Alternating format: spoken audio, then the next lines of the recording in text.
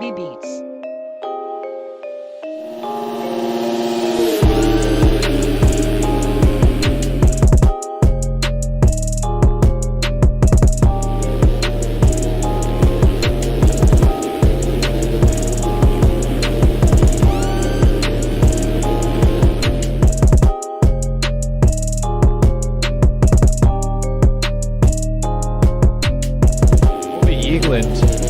Smooth as butter out front, looking at about 3 minutes and a lap to go in this main event. Main event number 1 is going to belong to Colby Eagland here in Arlington.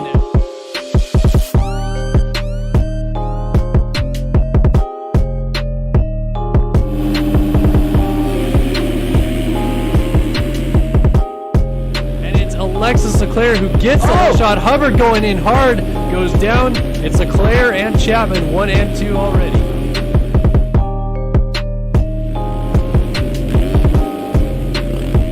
Haley's looking on an inside move on Smith, and he gets into the back of him and goes down. This is Braden Carter, main event number 1 winner in Arlington. Leclerc 2.2 seconds down at the line.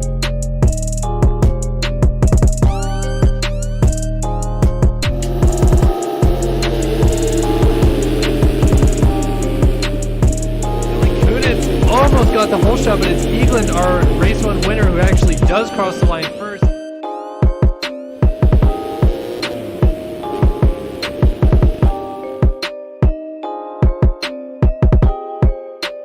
The whoops, Eagland has won the second main event.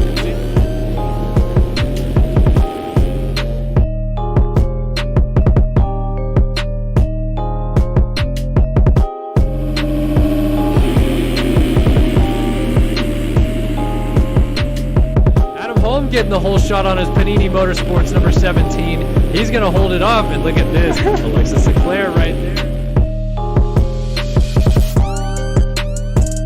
Chapman going to bring it down to the line, and your points leader picks up the win in 450 main event number 2.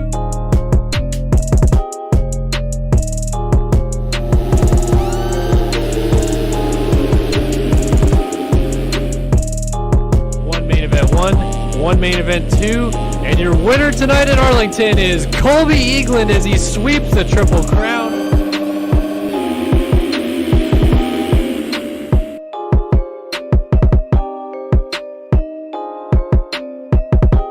And he'll do so as he's going to take the win tonight with overall scores equaling 7 points. Russ Chapman has won in Arlington.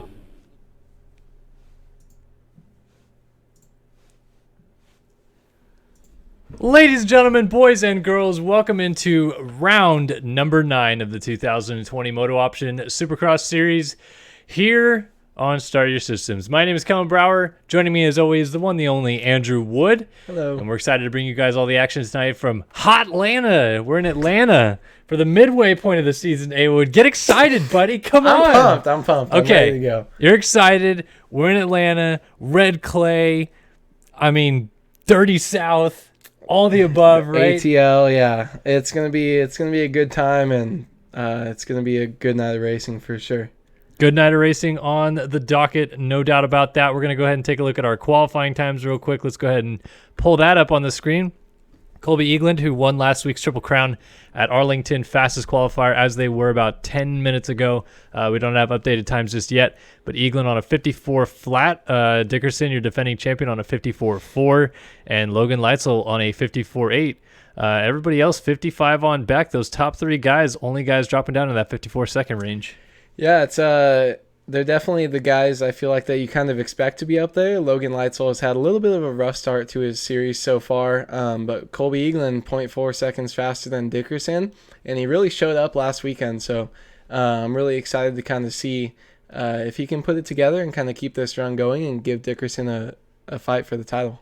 Moving on to our 450 division, we have Braden Carter at the top of the sheets this week on a 51.7. Walter Gebhardt, 51.9. Alexis Leclerc down there in the 52s. Very, very significant difference in time already that we're seeing from the 450 class to the 250 class. Now, I know we'll take a look at the track here in just a minute.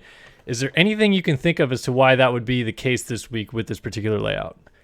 I don't know the track. Okay. So we're gonna have to, if I try to, if I can try to ride the tracks a little bit early, but haven't had the time to the last 2 weeks. But I think there's gonna be something tonight. Just guessing right here. I know a little bit of the track layout. Something that guys are doing that's a stretch. I think there's going to be something that maybe Braden, Walter, and even Alexis are doing. And even Rush, he's got a 3.3 second lead on Colton Mitchell in fifth. Something that guys are doing that's separating themselves, or there are a lot of 90-degree turns and flat tracking on this track. So I feel like that could definitely go into it. There's some guys that really excel with that. So we're going to have to kind of see when we do the course preview. Yeah, 450 guys getting the power down in those flat corners can obviously make a huge difference to comparison to their 250 counterparts. Here's where we sit championship-wise in this 250 East Division after 2 rounds have been completed. Isaiah Dickerson, he won the opener at Tampa. Colby Eagland, he won the second round at Arlington, and they're only separated by 2 points. But got to keep an eye on Dylan Copeland, Dominic Tiberino, and William St. Laurent, all only within 4 points of that points lead right now. Yeah, it's actually a lot closer than I thought the points were coming into this. And Dickerson has looked kind of dominant. I almost thought he was going to be like Braden Carter after his first round. But with Eagland showing up last round, Dickerson having a little bit of trouble, and D-Cope, Dominic, and William St. Laurent being so close, I feel like this is going to be exciting. And unless one of these guys can make a huge leap, I feel like this East Coast series is going to be pretty exciting for a while. Yeah, and conversely to our 250 East points, which are close, our 450 points are not close. Russ Chapman on 178 to Colton Mitchell on 142, 36-point lead. I know we're just hitting the halfway point in the season. Is this just Chapman taking away and running with this 2020 title, or is anybody going to be able to jump up here and try to stop this thing? 36 points is definitely a big thing to surpass, but Mitchell has been kind of off his game lately, but Jack Haley is the one I'm worried about. Jack and maybe Jeremy, if he can get rid of the mistakes that happened last weekend with the Triple Crown and not qualifying, but Rush seems a little bit inconsistent still. If he can start knocking off wins, he just got his first win, so if he can start to get used to that, I would definitely be scared. But if Jack Haley comes out and wins tonight, we're only at the halfway point in the season, really, and I think that Rush still has his hands full. Well, and Haley, too, being defending champion, has not even got a win yet. He was able to cross the finish line first at one of the races last week, but not actually standing on top of the box yet, which we saw Alexis Leclerc struggle with in his title defense back in 2019. So still a lot of things to play for in this championship. It is not over by any stretch of the imagination in this 450 division or the 250 East division, just getting underway. But let's go ahead. We're going to jump in the server now. We'll give you guys a little bit of a course preview before we get started here tonight. They're going to get UIDs grabbed in just a minute, so we'll go ahead and take a look at the racetrack beforehand. And maybe while I ride it around, our boy Andrew Wood could kind of take you through this track a little bit. All right, yeah, so we do have a pretty long start straight, only 2 rhythms at the end of that, but this big, long, sweeping corner. So I feel like guys on the inside, even if you get pinched off, you're going to see people able to hug around that inside. These triple ins right here, I heard, are pretty big, really low lit, but then that gives you a lot of speed. So I'm looking like, it looks like you can triple quad over that table, but that's not out, yeah. But that's not going to be the preferred line. So you're going to see people triple, kind of scrubbing onto that table, stepping off. That's going to be a pretty big jump, but fast section. Whoops, into this little step over double. So that's definitely a time gainer right there. If you can get that pop into the inside, get some flat tracking action. You're going to go over that tunnel and scrub a little bit. Hopefully clear the finish line, not be in 4th gear rolling off it, but, it happens to everybody. I saw James Stewart do that at one point in time, so, hey, it happens to the best of us. That was San Diego, actually, I think 2009 or 12. But man, I'm struggle busting it. Yeah, you are a struggle here. So it looks like the triple is kind of small. They're probably going to be going inside, crossing over with like a little quad action. Wall right here into the sand section. Wonder if the outside is going to get fast with how much that's built up. And then you got a fat soupy triple right there. I cannot wait for the whips off that. You guys know I love a good whip. And then here's that double into that flat section again. Let's see what you got here in the first rhythm coming in this time. I'm going to kind of single, triple, downside the 5-footer almost. So that 5-footer is huge. Yeah, they're big ones. So I think that's going to be a triple quad for 450s. Doesn't look too difficult, at least triple single.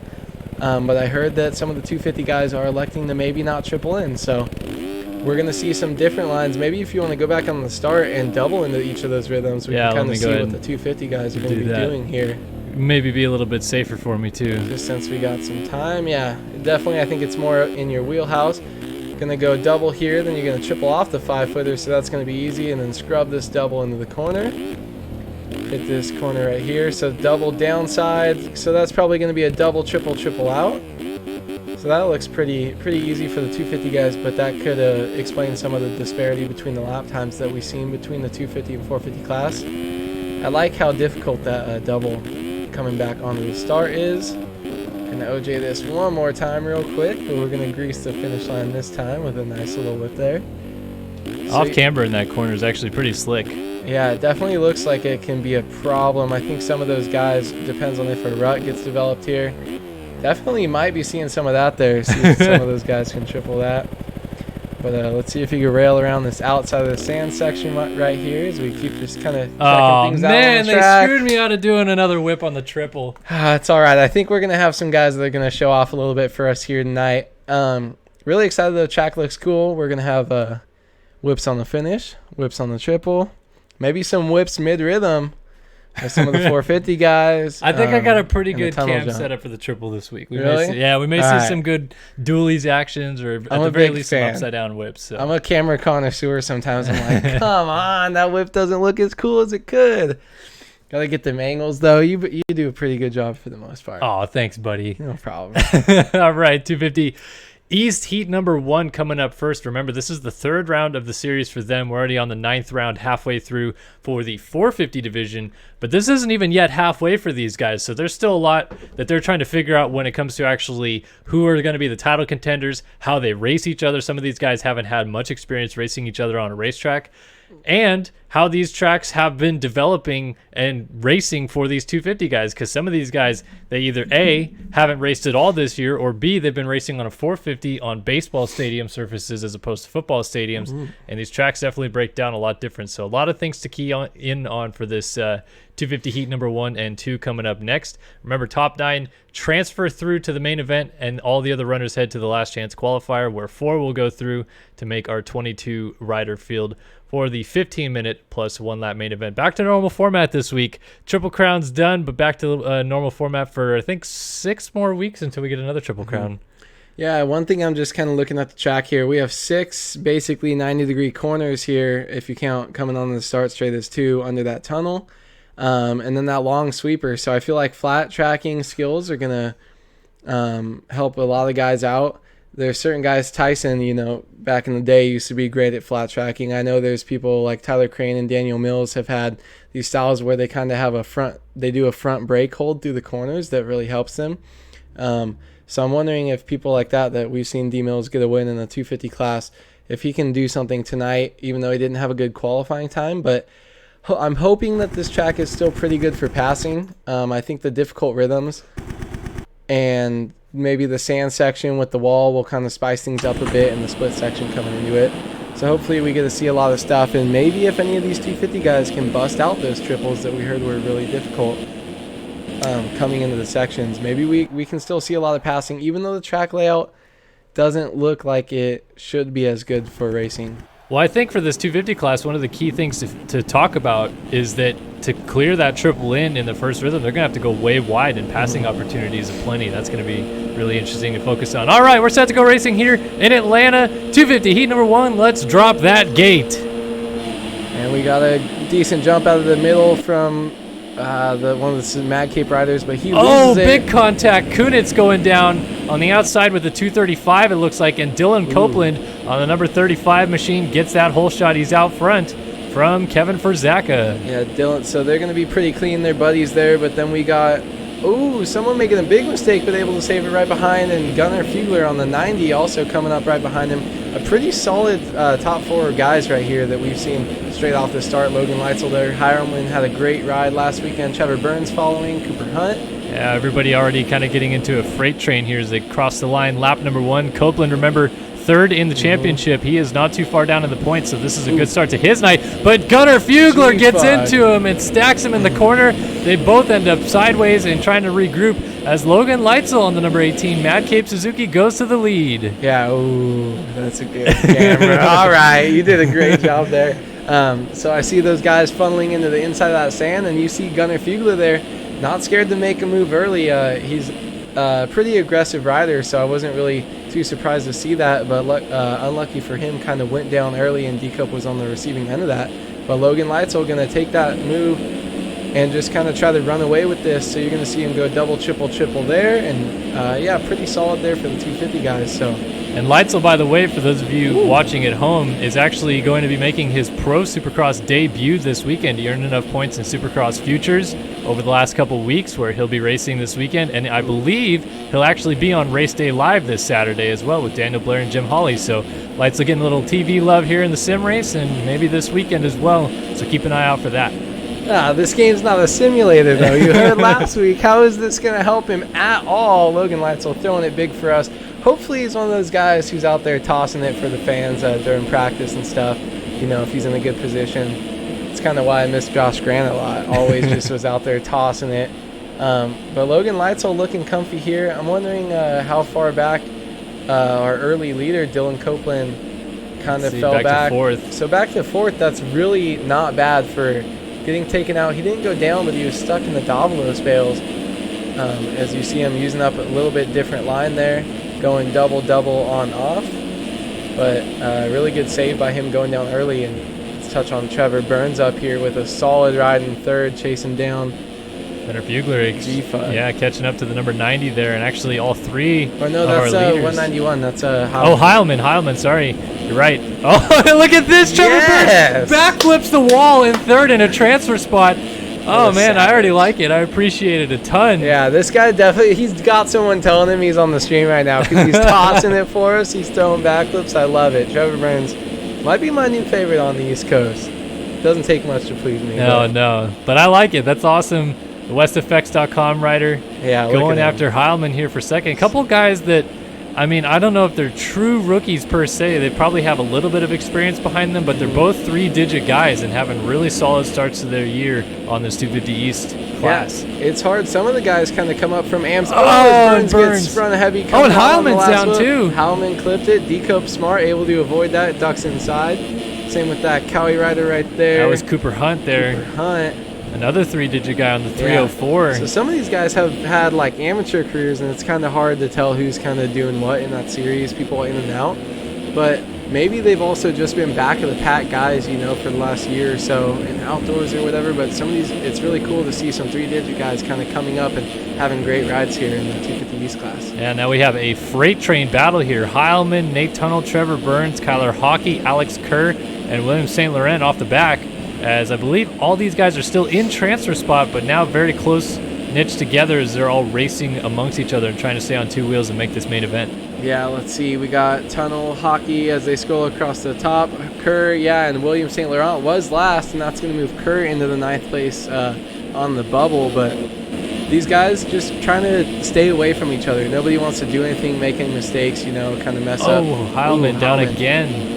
Yeah, kind of tough break for him right there. He's going to have to get up. G-Fug's right behind him, no slouch. Whoa. And he's going to definitely try to make a move. We got last week's winner, Colby Eaglin, back here on the 24 as well. I did not see that he was in this heat. And now he's battling it out with Fugler as they come to the line.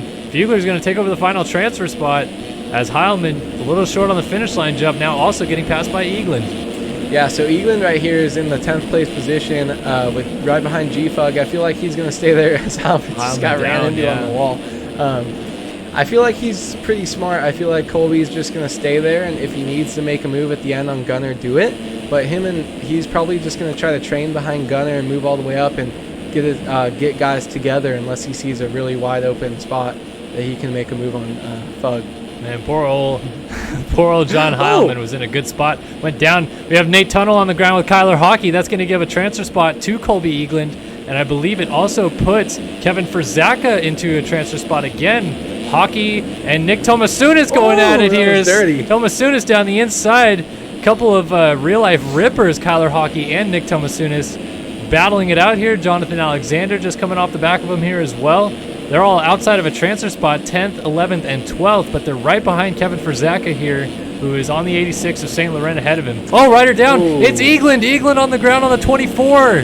Eagland, tough break. You see somebody else going down behind him, trying to avoid him in that tricky split section. They're only really using half the track there, but that's really not the spot you want to go down. Jeez, that was sick. But Colby, you just got into a transfer. You fought your way up after a bad start. You just killed it last weekend, and you want to go out there and just make it easily into the main event. But if he has troubles like this in the LCQ, he could definitely have a really bad night and end up way out of this championship fight. So he's got to keep it together and try to claw back up, or just have a really solid LCQ now. He's got to get up to Nick Tomasunis here, who is in the final transfer spot right now. Frazaka and St. Laurent still together. By the way, white flag is waving for our race leader, Logan Leitzel. Dylan Copeland, Cooper Hunt having a good ride in third. We've got Trevor Burns in fourth. Gunnar Fugler fifth. Alex Kerr is in sixth. And then back to this battle with St. Laurent seventh, Frazaka eighth, and Tomasunis in ninth. Yeah, seeing some of the disparity in this class, it seemed a little top heavy. It seemed really deep at first, but then I thought it was just going to be kind of the Dickerson-Eagland show. But really, it's kind of interesting to see that there's a lot more guys that can kind of run up front, even though it's just a heat race. Seeing some of these guys up there in the top three that we don't see, seeing guys just being consistent and guys having mistakes, I feel like this East Coast is going to shape up to be really, really fun. We get some new faces up here, and the 250 class can always be super wild and exciting with guys either making great strides or kind of falling short of their expectations. Well, coming to the finish line this time by as Leitzel's already taken the checkered flag out front. Tomasunis trying to hold on to the transfer spot. Oh, and Hockey behind him slides out. They just got to land the over-under clean. And Nick Tomasunis going to the main event tonight here in Atlanta. He follows Gunnar Fugler home with Frazaka, St. Laurent, Kerr, Burns, Hunt, Copeland, and our race winner Logan Leitzel headed to the main provisionally. We'll have to wait for cuts, of course. How about that battle to the line already?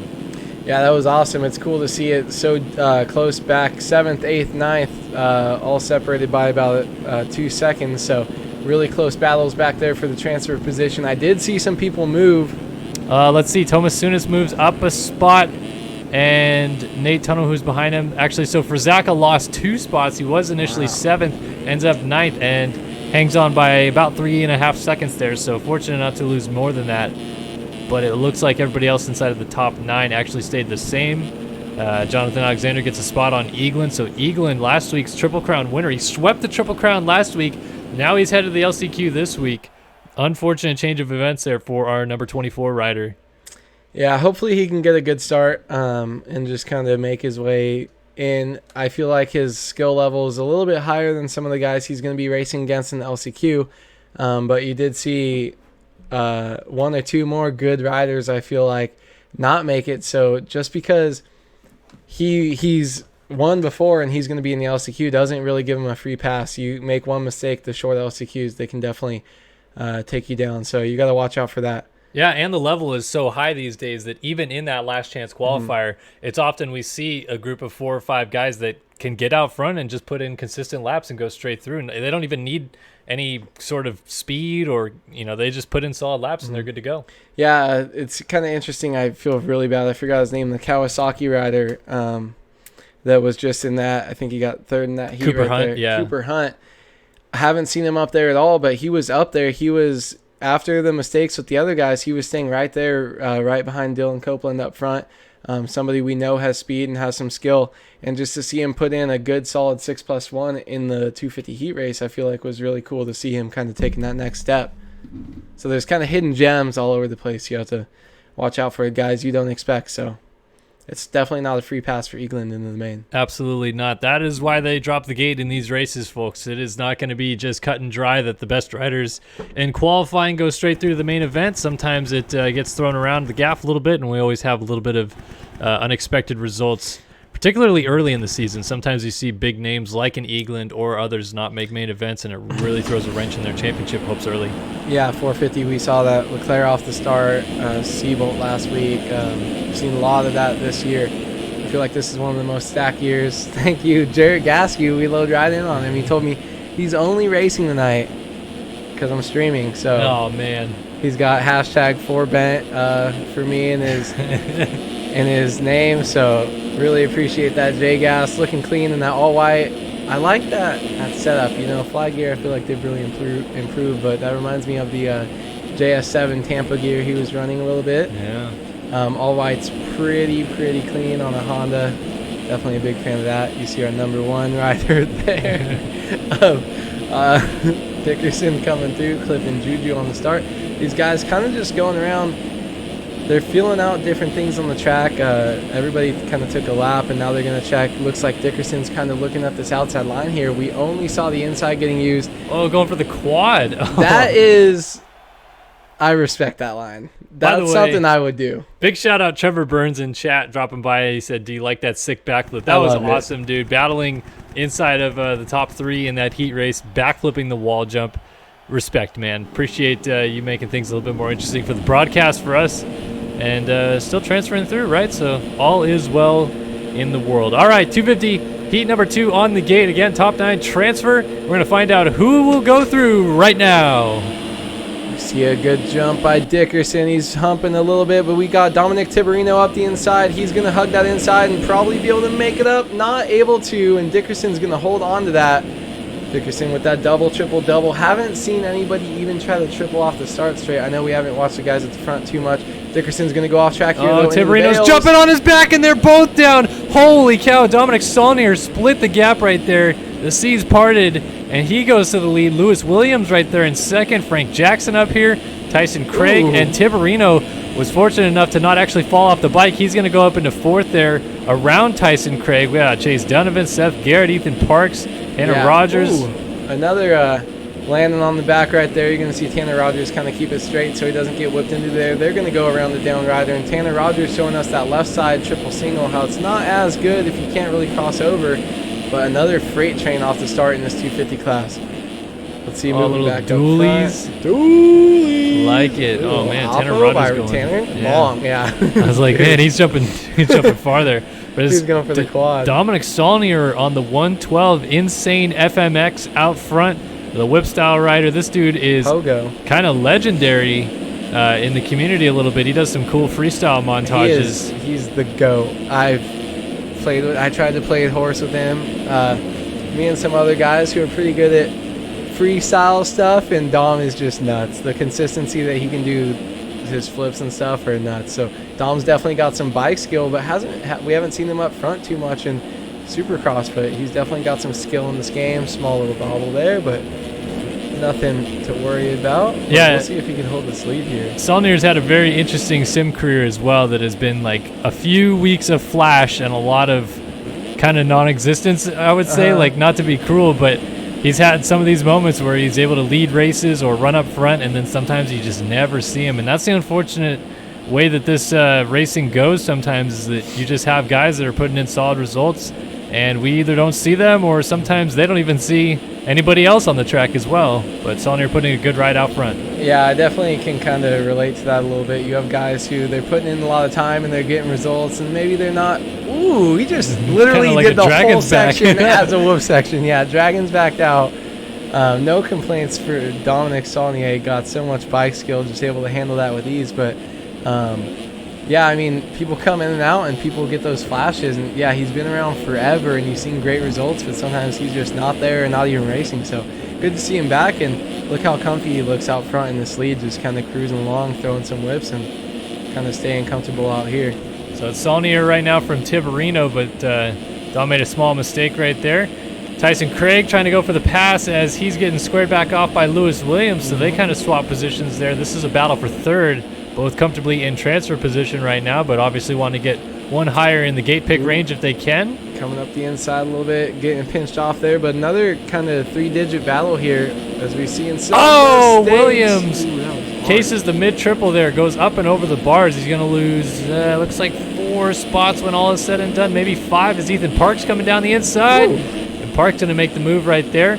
But Tanner Rogers, Seth Garrett, Chase Donovan, and, of course, Tyson Craig all going through in that crash there for Lewis. Yeah, scrolling along the top of your screen, I just saw right there Isaiah Dickerson, 17th place. Ooh. So your points leader, your red plate holder, your defending champion, Dickerson, not off to a good start, and just look at how hard it is when these guys are kind of the same speed. We haven't seen him, and I feel like a lot of these guys, they think they should get past these guys, and they get impatient and they take themselves down.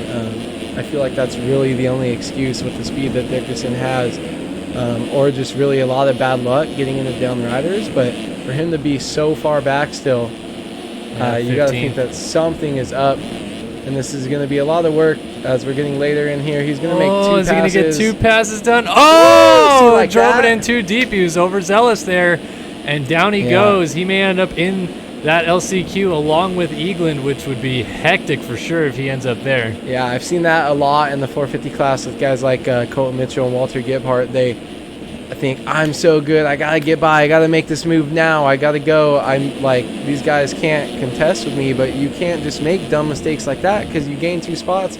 Even though he gained another 2 there, he still lost 3 or 4 overall from where he just was. So dumb mistakes, I feel like, they're kind of on his part for the reason he's not making it in. It sucks to say. It sounds kind of a little straightforward, but that's the only reason he could have been in a transfer spot right about now. I feel like if you just kind of would take a deep breath and kind of look at the race a little bit more, is how much time he's got left in the race. Well, here is our final transfer spot right now. It is Ethan Gerst on the SwapMotoLive.com machine, but he's got Lewis Williams, his teammate, right behind him, and a freight train of others. Simos, Frank Jackson, all in the mix, and then ahead of him is another group of riders. So he's trying to go forward at the same time as he's got riders behind him. Here's Kyle Carter, Spencer Turley, Legion right now, up ahead of him in 8th, and they're all kind of cutting through the mechanics area there as they come down through the finish line jump. We're looking at probably 2 laps to go this time by for them. Yeah, it's pretty stacked right here, right around the bubble spot, so it's going to be interesting. I think here it doesn't look like too much difference in speed in these guys back here. A couple of mistakes as we're seeing someone right up there getting a little bit sketchy, but these guys are all Gerst might be jumping off the track. Close. Oh, and he saves it. That was sick. Sick little Brayton transfer back on the track. Look at all these 3-digit guys just out here grinding for a transfer spot. We got this monster Yamaha, Kyle Carter. Gerst's going to short the triple. Lewis Williams around the outside. Yeah, going to make the move. Gerst gives him the room. Swap Moto Live teammate there, able to make the move on his buddy. He's going to keep coming up, keep clawing away at spots. Where's the bubble? Sorry. This is the bubble right now. This is Lewis Williams. By the way, change for the lead up front. Tyson Craig now has it. Dominic Tiberino trying to get it away from him, but Tiberino on the 77 jumps off the inside of the racetrack right there. How about Tyson Craig on the 244 trying to pick up a win in this heat race? Yeah, he's crushing it. We've seen so many sorry. He's running 2 different numbers on his gear and bike. That's pretty interesting. But we've seen some flashes of speed from him the first 2 rounds so far. He's been up there in the top 3, making a little mistake here though. Dom Tiberino cut back underneath, but he's not going to get to him through the whoops one last time. Craig trying to hang on. We got a rider down. They're going to hop through them, and Tiberino trying to get to the inside. Oh, Craig shuts the door and cuts the track at the same time. It's a drag race to the finish line. Oh, it's Tyson Craig by 2/100ths of a second, taking the heat race victory. Tiberino settles for 2nd. Garrett going to come across in 3rd. Donovan 4th. Tanner Rogers will pick up 5th. 6th for Ethan Parks. 7th Saulnier. 8th Williams. And 9th Carter, but Gerst coming across right behind him. So that could come down to cuts at the end of it there. It could come down to the cuts for the battle for the win as well. There was definitely some cutting in the last turn by both riders. A little bit. I feel like it was kind of allowed with Craig's line. Kind of, you want to make sure he's not on your inside, and you're thinking he might cut the bail, which I thought he was going to cut the bails a little bit to kind of go on his inside. But luckily Tiberino hit the brakes, checked up. Nice little move there, and man, that power wheelie, I thought he was going to mad skills it straight off the finish line lip, drop that front end right over the top, or loop his Larry right before. But that was a pretty exciting finish. And Craig hangs on, Yeah, we do see it. Was that a move spot somewhere in the middle there? Or? Let's see, not for transfer. No, it looks like all of our transfer spots actually stayed the same. Top 9 is in, so big news. Dickerson, look, 11th place. He was only 5 seconds off. That fall off, the one we saw was, could have been the decision makers. He's going to transfer up and pull the Gurkey line, try to hit a fan up there. But it's hard when you see those guys. They're so fast and they can be so dominant. They get a bad start and they just freak out. They don't know what to do, and it's like, yeah, you have mistakes, but we caught the one on stream. It's nobody's fault but your own. It's hard when you see that because it's like, come on, guys, just use your brain, which is literally what 18 out of the 22 guys in the main event every week are saying to the riders around them. Use your brain. That's a classic Sam thought. You Control probably your think lag. that. Yeah. Control your lag. Yeah, I mean, it just sucks. I mean, Seabolt last week, that wasn't really his problem, but I've seen people in main events. I saw it last week with a couple of the guys, and it's just you gotta relax, take a deep breath. You're faster than them, but you don't see Tomac just like running in the back of Kyle Cunningham and being like, "Oh, dude, get out of my way," and like high-siding himself off a berm because he was like being stupid about it. Like, he ran into, like, Dickerson ran into someone on the start straight. If that happens this week in real life, well, hey, the catbird seat. Yeah, the catbird seat. People dug it. They knew exactly what's going on. Ricky's watching you, taking notes. Maybe that's why Ricky's improved a little bit. Yeah. Maybe that was legendary. Was that last week or? Yeah, that was last week. I was freaking out. Me and Zach we both screamed it together, and I had to text you, and it was super exciting. Nick Thomasounis, yeah, I see the amateur pack thing that you're talking about, but unfortunately, once I start streaming, like disconnecting from the server and grabbing packs and stuff like that, it's just a real pain. So I don't think I'll be able to get what your skins this week, unfortunately, buddy. But yeah, just go ahead and send them to me on Discord if they're an AM pack. Like, honestly, anything that's an AM something, I normally ignore it just because I already have a ton of skins in my pack anyway, so I don't want a bunch of AM stuff in there as well. I didn't know that there's going to be, you racing with the AM pack or other people as well. So I'm sorry I'm not going to have your skins, but yeah, for future reference, if you're in the AMs and you are in the AM pack of a team, just go ahead and send me your skins on like Discord or something like that so I can grab them. Yeah, thank you, Helix Nebula, for donating 50 Swedish krona. Yeah. Krona? Yeah, thank you for the support. Thank you, everybody who watches, donates, likes, subscribes. We love you. I love you. Kellen doesn't like I love you too. Kellen doesn't like most of you guys, come on. but I really love you guys. All right, folks, it's time for 450 heat number 1. We're looking at Colton Mitchell down the inside. Who's going to get that whole shot? Yeah. Hubbard on the 46 gets to the corner first. Yeah, Chapman down the inside. Going to take that whole shot on the 29, and Hubbard settling in behind him. Yeah, Chapman, so you're going to see him taking it easy. Who just sent it in there? Who is that? Wasn't Hubbard. It was a Katoon guy. Jared Sidehawk. No, it wasn't. I wouldn't be surprised. It was Jeremy Seabolt, whose skins I don't have for some reason. What? I thought it was a KTM. I swear I saw someone Husky clip White. it. Someone tell us in chat. That was Rush Chat. Like, that was Kyle Howard. That was a Kyle Howard move. Kyle Howard. Gosh. I mean, you would have thought that was Gebhardt after last week, but it's all right. Rush Chapman, though, last week's winner. Hey, he got a taste of it. He gets a great start. Hugs that inside, able to keep the traction down. He wasn't first in the jump in the line, but he really kept it tight down the inside, so it's cool to see that. Yeah, see these 450 guys also busting out this triple in line, then they'll go triple single into the corner. It's just so smooth. Let's see if he gets the triple out right here as well. And he does, and he'll triple up onto the table and off. Yeah, so those two sections right there, clear as day, is why these 450 guys are turning faster times. Yeah, I thought you meant like the times between the guys earlier, so I kind of messed it up. And then afterwards, you were like, yeah, the flat. Oh, Chapman down. That is on the landing of the the over-under, and Roy Mitchell gets into him. That's going to put Adam Holm on the 17 into the lead. Mitchell has to settle back into second. We got Dalton Plessinger on the 4, or whoever. He's number 61. He's running 412. He's got 412 on the jersey, but number 61 in your program book, number 3 on the racetrack, and number 1 on your heart right now. I mean, that's awesome. It's weird. I don't know if that's the only time we're going to see that tonight. If you kind of look, you can see he clipped the dirt, doesn't go all the way on top of that. If you clip that landing, just a mistake by the track crew this week. But so I think that can catch some more people out. If you barely clip your rear tire, it's going to catch. A little mistake here by Dalton Plessinger. You're going to see Russ Chapman go triple on. Yeah, going to make that move there.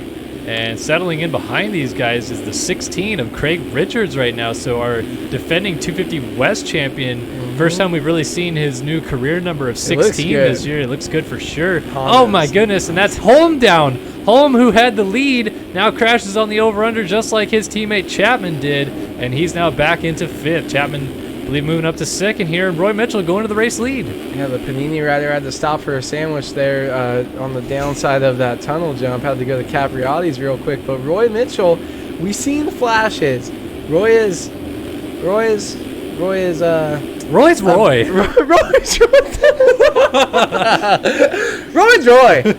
Roy's a vet. I was trying to not call Roy old because I definitely called Roy old the other day, but Roy's old. By this. The average age group in this game, by that standard, he is definitely even old. if he's his number 25, these guys are getting all sorts of sketchy there. But Roy's a veteran is the word I was trying to look for. He's just there, it seems like. When he gets a good start, you're just like, Roy's in 4th. Like, it's really no big deal. He's not super flashy. Like, you got to see Chapman right there hitting a little 1.5, jumping from crossing the track a little bit. Oh! And they get together and Roy's down. Roy's Roy. Roy does that. And Chapman's going to go into the race lead. Let's see Roy get up in 2nd here. Oh, man, look at this coming. Oh, yeah. Oh my maybe Walter geez. Yeah, Gebhardt. just get up straight. And then, that's such terrible luck. Roy's down again. He got clipped on his bar. Oh, and there's Jeremy Smith getting into him. Nobody can see what's going on. We got no spotters in the server right now. There's so much sand in these guys' eyes. They need to pull a tear off. So Roy's going to go back to, he was leading the race. He's now back in 11th. That's what 2 fall-offs will do for you. As Chapman now to the lead. Gebhardt, Craig Richards, Adam Holm in the top 4 here. And Gebhardt just made a mistake. So Richards going through, and Holm and Gebhardt nearly coming together in the whoops. Yeah, a lot of the guys getting really sketchy coming in the whoops. I feel like it's high speed, but they look like they might be built a little bit better. Haven't seen too many mistakes. They're also kind of short. Craig is getting out of control right now. But still looking good here on the Tiger Designs Honda number 16. That's just a good number. It looks good, but he's got some heat right on his rear tire, and it's interesting. This is the first time we've seen him like up here in the 450 class, and he's got some speed. It looks like he can definitely contend. Well, it's really weird because Zach Osborne has had 16 for a good little bit now, but the second I saw this 16, I thought of John Dowd as he brake checks Walter Gebhardt on the start straight. I don't know. Maybe was he trying to let him go and Gebhardt didn't realize it? That's also definitely possible because like, sometimes the guy's quarter of a second faster than you, and you're just like, get away from me, especially when it's certain people, you're like, just go. I don't want to be around you at all. And I mean, it could have been both, but that was definitely funny. Gebhardt down the inside. Oh, almost contact. Gebhardt going to make the move. Definitely letting him around though, so that's smart by Richards. He's not in the title fight. Neither really is Gebhardt at this point, but it's good to see some fresh faces up here. I like switching from east to west. Yeah. Or west to east. It's definitely a interesting. Peep Zoa Cross, someone said. Let's see. Peep Zoa Cross. Is he even here? Probably not. Oh, he's way back here. He's down in 15th. Policing Jared Seidhoff, who someone said is the person who dive bombed the first corner. Seidhoff is right in front of him. Oh, right in front of him. Yeah, but I mean, how many times can you get banned?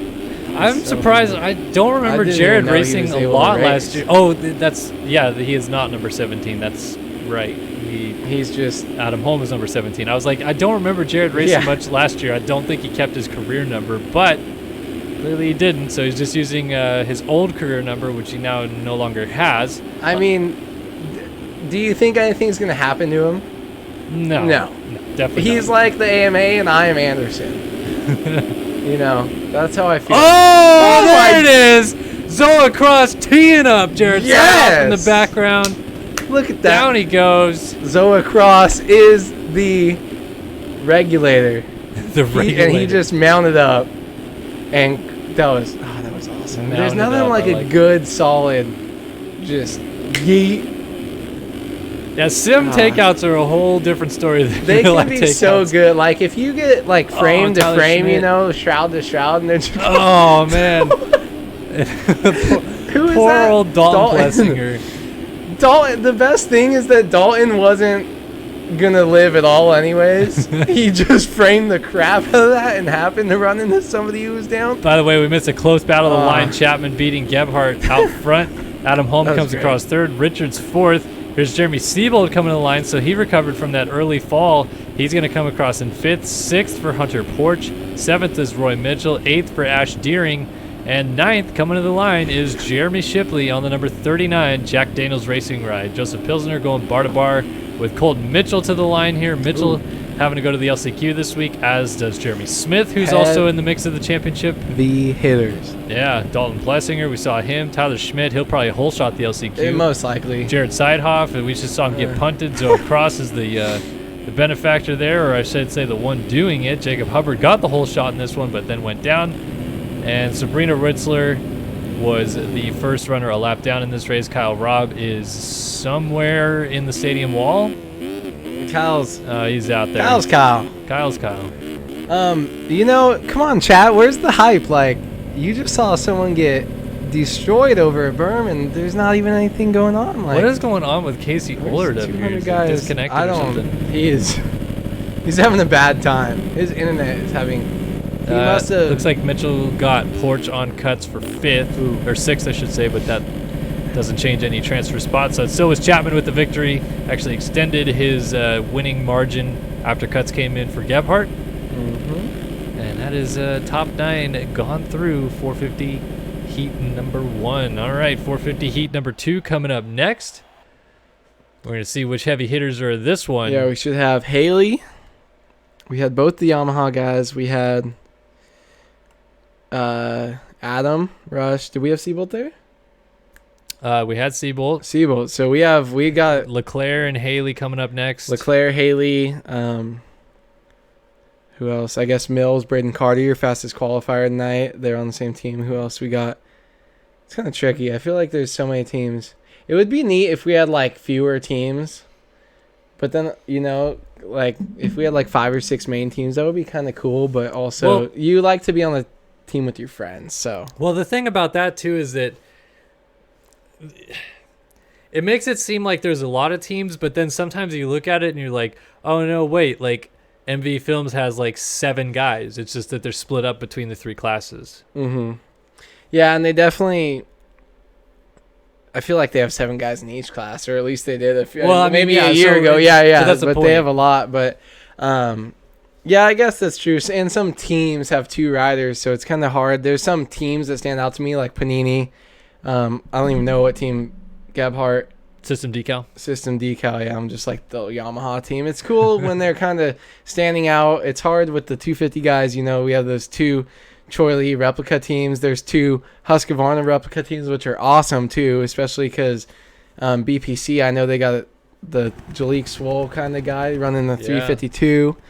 They got Anderson, they got Chase B running. Oh, Chase B is going to be here, I think.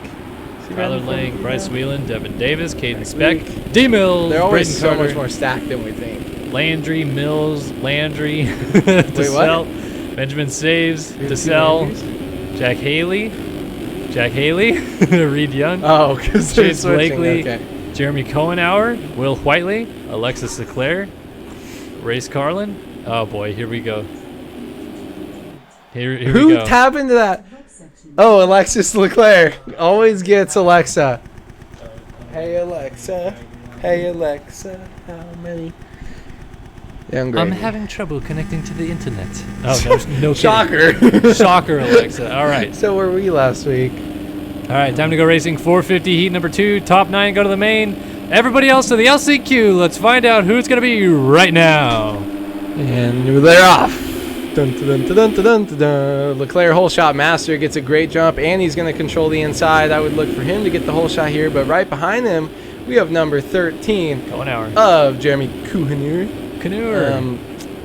Yeah, he likes to ride canoes. And everybody getting stacked up there. Wilcox with a good start, but then a couple guys. Oh, Jack Haley was down in the rhythm lane. I saw there.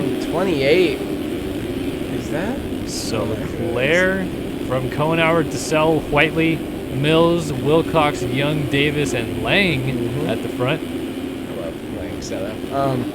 Yeah, these guys super close. Tyler Lang, that top 9. Look at them. They're about not even like half a section together. So this is going to be pretty interesting. The thing is, when it funnels down through some of these sections after the finish line, D. Davis having trouble with his little inside line there before the wall.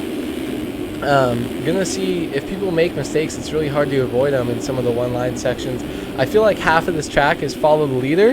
Ooh, we got DeSalle down in the makes tunnel. A mistake, and then this half of the track is where it starts to open up. You got guys making moves on the start straight, and then these two rhythms into the whoop section back to back. So this half of the track is going to be very interesting. Race Carlin? No, it was actually Fred. Who is down? No, it's not Fred. It's Will Whiteley on the 28.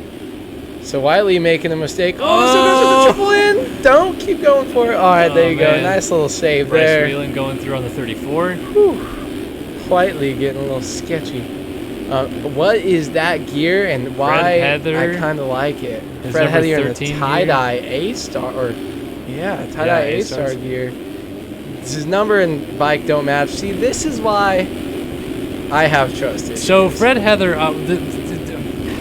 Devin Davis just got... he's up. Yeah, they kind of got lit up in the corner back there, and they just like reappeared. Fred Heather in European racing, I believe, is number 13. Okay. So this one I'm a little bit more like, yeah, that makes sense. Yeah, they're going back and forth. You get a free pass. So Reed Young here, just out. Jack Haley, 14th. He's in 14th right now. He was one of the fastest qualifiers. Braden Carter, a notable name, going across the top of your screen, and Chase Blakely in 18th and 19th place respectively.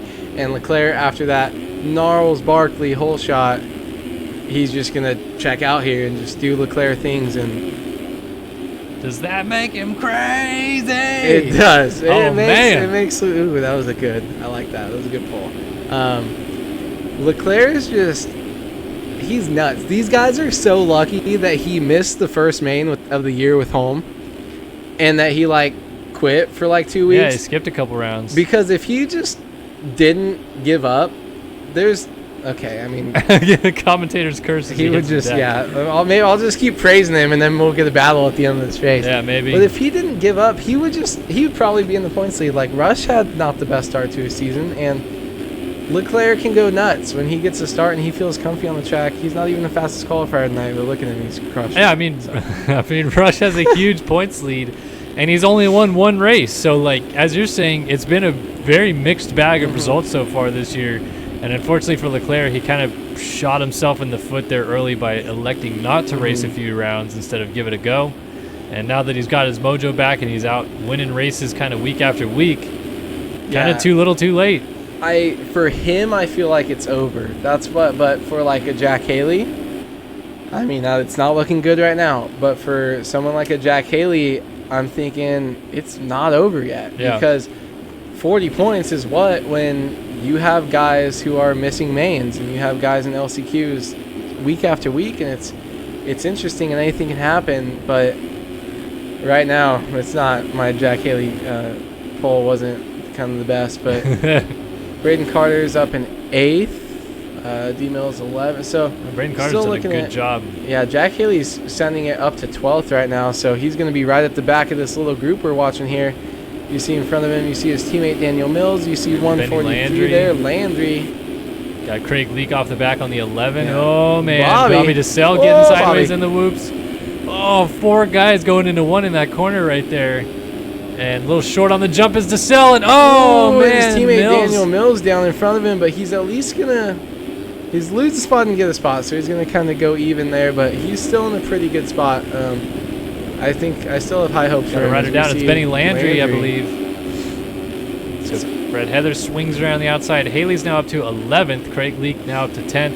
And it's DeSalle in the final transfer spot on the 341. He's trying to run down Devin Davis up the road of him. Yeah, so this can be anything. You see some of these guys going for the triples right there when they're not comfortable, and he's going to lose it. DeSalle down. I was just about to say, you see guys making little mistakes. Jack Haley elected not to go triple single on that like everybody else, and those smart decisions when you don't really have a section are what's going to propel you into a transfer spot by taking a deep breath and relaxing and doing just what you have to do to get into the main, and I think Haley's going to be able to pull it off. Let's go on board with Haley now. He is now up into 9th. Spot. Yeah, he just moved up to 9th as Leak was off the track there. 53.9. I want to take a look at how the track has deformed from our defending champions perspective, because I'm seeing a few ruts develop in some key corners that could definitely shape how it makes in the main event. I think we will maybe see some people going outside in the sand once we get to our main event. Once we get the longer races, going to be doing about almost 2.5 times as much as they're doing here in the main event or in those heat races. Haley completely electing not to do the triple at all. Both 2 laps in a row, which is really interesting to me. Yeah, hugs the inside really tight though in the sweeper. I think that's where he's trying to gain his time back, is just not go wide at all, just get as close to the bales as possible. Yeah, and he ran the 53.9 last lap too, and he's gaining time here. I want to maybe before we get off this kind of go through and just peek some lap times, see what other guys are running, like Leclerc. 54.1. Let's go up front first. See, Leclerc's doing 52.8 last time by 52.3 best overall. So he just hugged the inside, did a little bar turn scrub, and still got that triple really nice. So what it's worth, Kohenauer's actually kept Leclerc pretty honest, and we are on the white flag lap. Yeah, and his lap times aren't even that close, but Leclerc's going to come up right here over the tunnel jump into a little double one more time, and Leclerc is going to take 450 heat number 2 here in the ATL. Jeremy Kohenauer comes across in second. Tyler Lang going to end up third if he holds off Race Carlin, and he will. Braden Carter charged all the way up here to 5th, so a good turnaround for the 32 as he's going to go straight to the main event out of this one. Bryce Whelan also going with him as well. Devin Davis going to the main event tonight. Earlier said wasn't sure if he'd be able to make it, but he does. Wilcox and Craig Leake headed to the main with him. Daniel Mills just missing out. Our defending champion Jack Haley having to go to the last chance qualifier this week. Reed Young, Benjamin Sabes, Benny Landry, Chase Blakely, Sean Smith, Bobby DeSell, Bobby, light as a feather, Fred Heather, Caden Speck, Will Whiteley, and myself. Who? Will Whiteley. Oh, Will. What? What did you say? Man, it's crazy to see some of those guys drop back so far. Fred Heather, Bobby, I don't know. Bobby, Chase, every time I see him, I stumble on his name because it's like you can't have 2 first names. Bobby, Chase. Gosh darn it, Bobby. Bobby. Dude, Zach does a really good job of that one. Just get him in here just to give us have you ever heard the cue drops? Have you ever heard the Hank Hill version of "Turn Down for What"? Yeah. Oh man. Turn down for what? Yeah, that was good. That was a good one right there. You got that pretty dialed. What the heck is up, chat? Yeah, what's going on, guys? There were 264 people here and just nobody's talking. I know, it's just dead silence. What are you guys in a morgue? Let's go. Let's get the hype going. Hype. Give us something in chat. Tell me you're live. Give us something to believe. I don't know any more lyrics after that. 'Cause I am living just to breathe. I still don't know. That was good though. You're crushing it. I feel like you could sing that, karaoke. Maybe. Because you could crush that song. Maybe your chat's broken. Because maybe. I'm not on the Wi-Fi. I don't know. So I mean, some people check. were saying that they were in there earlier. Who are the greatest outdoor riders in MX Simulator history? Well, he's banned. What? He's banned. I'm banned? No, not you. It's Jesse Mullins. He's the. Jesse's good. Yeah, he's a cheater. Jared Sidehoff was kind of good, and he's probably about to be banned. Hi guys. Sidehoff is not Mullins. I was the world's best Southwick rider for one night. And then for 3 laps, if we're going with that 2 logic, years later, I was the best Budds Creek rider for one moto. Look at everybody's back. Oh, man. What happened? All we had to do was sing, and then they would just talk crap on it. I'm glad that you're alive, Braden Carter. Hi, I love you too. I miss some people. Give us a tour of the stadium. Look at the beautiful picture there. This awesome stadium. Is that really what they got going on? Yeah, that 360 Mercedes. That thing is nuts. Yeah. just listening, Alex, I'm glad you're here. Alex must have spent too much money on Four Locos, only dropping us $2 this week. Oh, come on. Give him a break, But man. it's cool. $2 You're is one of the better only than none. guys who donate, so we appreciate you. Yeah, Alex efforts is the G, man. No matter what. Yeah, it's super cool to see Tucker Francis, Kellen crushing it in Racer X videos. If commentating was crushing it, Kellen would be crushing it. Oh, jeez. Yeah, chat starts blowing up. Let's do a stadium tour. Let's go up to the video boards up here. Ooh, let's see what we got. Do you have skill to like go in the center and just spin in the circle? Oh, you could do a little and. Well, I would have done it. But and we're up. No, like seriously, all that Jared Knight, happens, hello. right, is like We I love have to load in at a slow pace because everybody scrams their files, and then as soon as I load in and That's the most reconnect, BS thing. as soon as I load in and reconnect, Konauer's watching in the server. He knows that has to happen. So as soon as I load in and reconnect, he's like, bam, let's restart. Yeah. All right, so that's fine though. Time to go to 50 LCQ Racing. 4 going to the main event. Dickerson, Eagland, and the rest are off and running. Who's going to get the jump? 378 out of the middle. Got a good jump. Killing it. And look at those two guys, Colby Eagland and Dickerson. Oh, they almost made contact in the first corner. Batchlett, whole shot. We got Dickerson up there. Eagland on the 24. Is that Heilman maybe down the inside on Dickerson? Yeah, Dickerson got to play Eagland? smart with Batchlett as Batchlett. he jumps around the outside of him. And Eagland playing it smart with Heilman there, and they're both going to survive that. That was very interesting to see those two guys, both of those groups so close. Batchlett gets pushed off the track. I feel like that might be a cut, because that was a cut at another round. San Diego, I think, or something. But There we go. 8-2. Dickerson out front, Eagland in second. So the teammates are 1 and 2. They're 1 and 2 in the championship as well, and they 1 and have 2 to in make heart. it. Have to make it through to the LCQ or through the LCQ tonight to go into the main event. So they have a little bit of a heart and mouth moment right now as they're trying to hang on 2 wheels. Keep it on 2 wheels as Dickerson plows it in the tunnel, and they get into each other and they both have gone down. Dickerson stacked it in the tunnel, and now everybody's getting stacked up. Oh man, what is going to happen right here? So this is going to be so stressful. Both those guys just had to ride their own race, and lucky or unlucky that Eagland got into the back of his teammate Dickerson as he's going to clean his face off on the tunnel. So let's see what these guys can do. Oh, and now Eagland gets into Daniel Batchlett, and he's off the bike.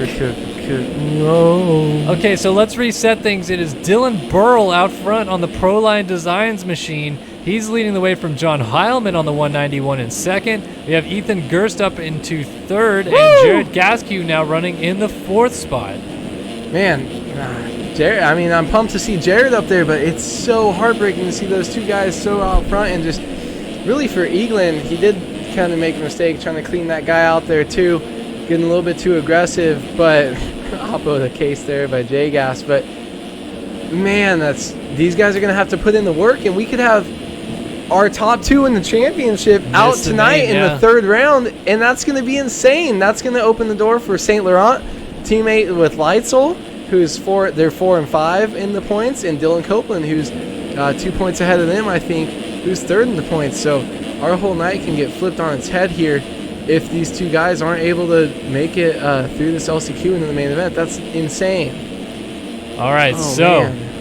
Coming down 2 minutes, Dickerson 34 seconds on the clock right now, and these guys are only going 4 minutes in a lap, or 5 minutes in a lap, I should say. So they're halfway through this race. Burl, Heilman, Gerst, and Gaskew in pretty comfortable positions right now. Eklund, Fitzpatrick, Kunitz, Magnetti, and then Dickerson coming through the field right here. Looks like he's up to about 9th. Yes. So Chad said he made up some ground, and he went down there. So again, on his own, I think.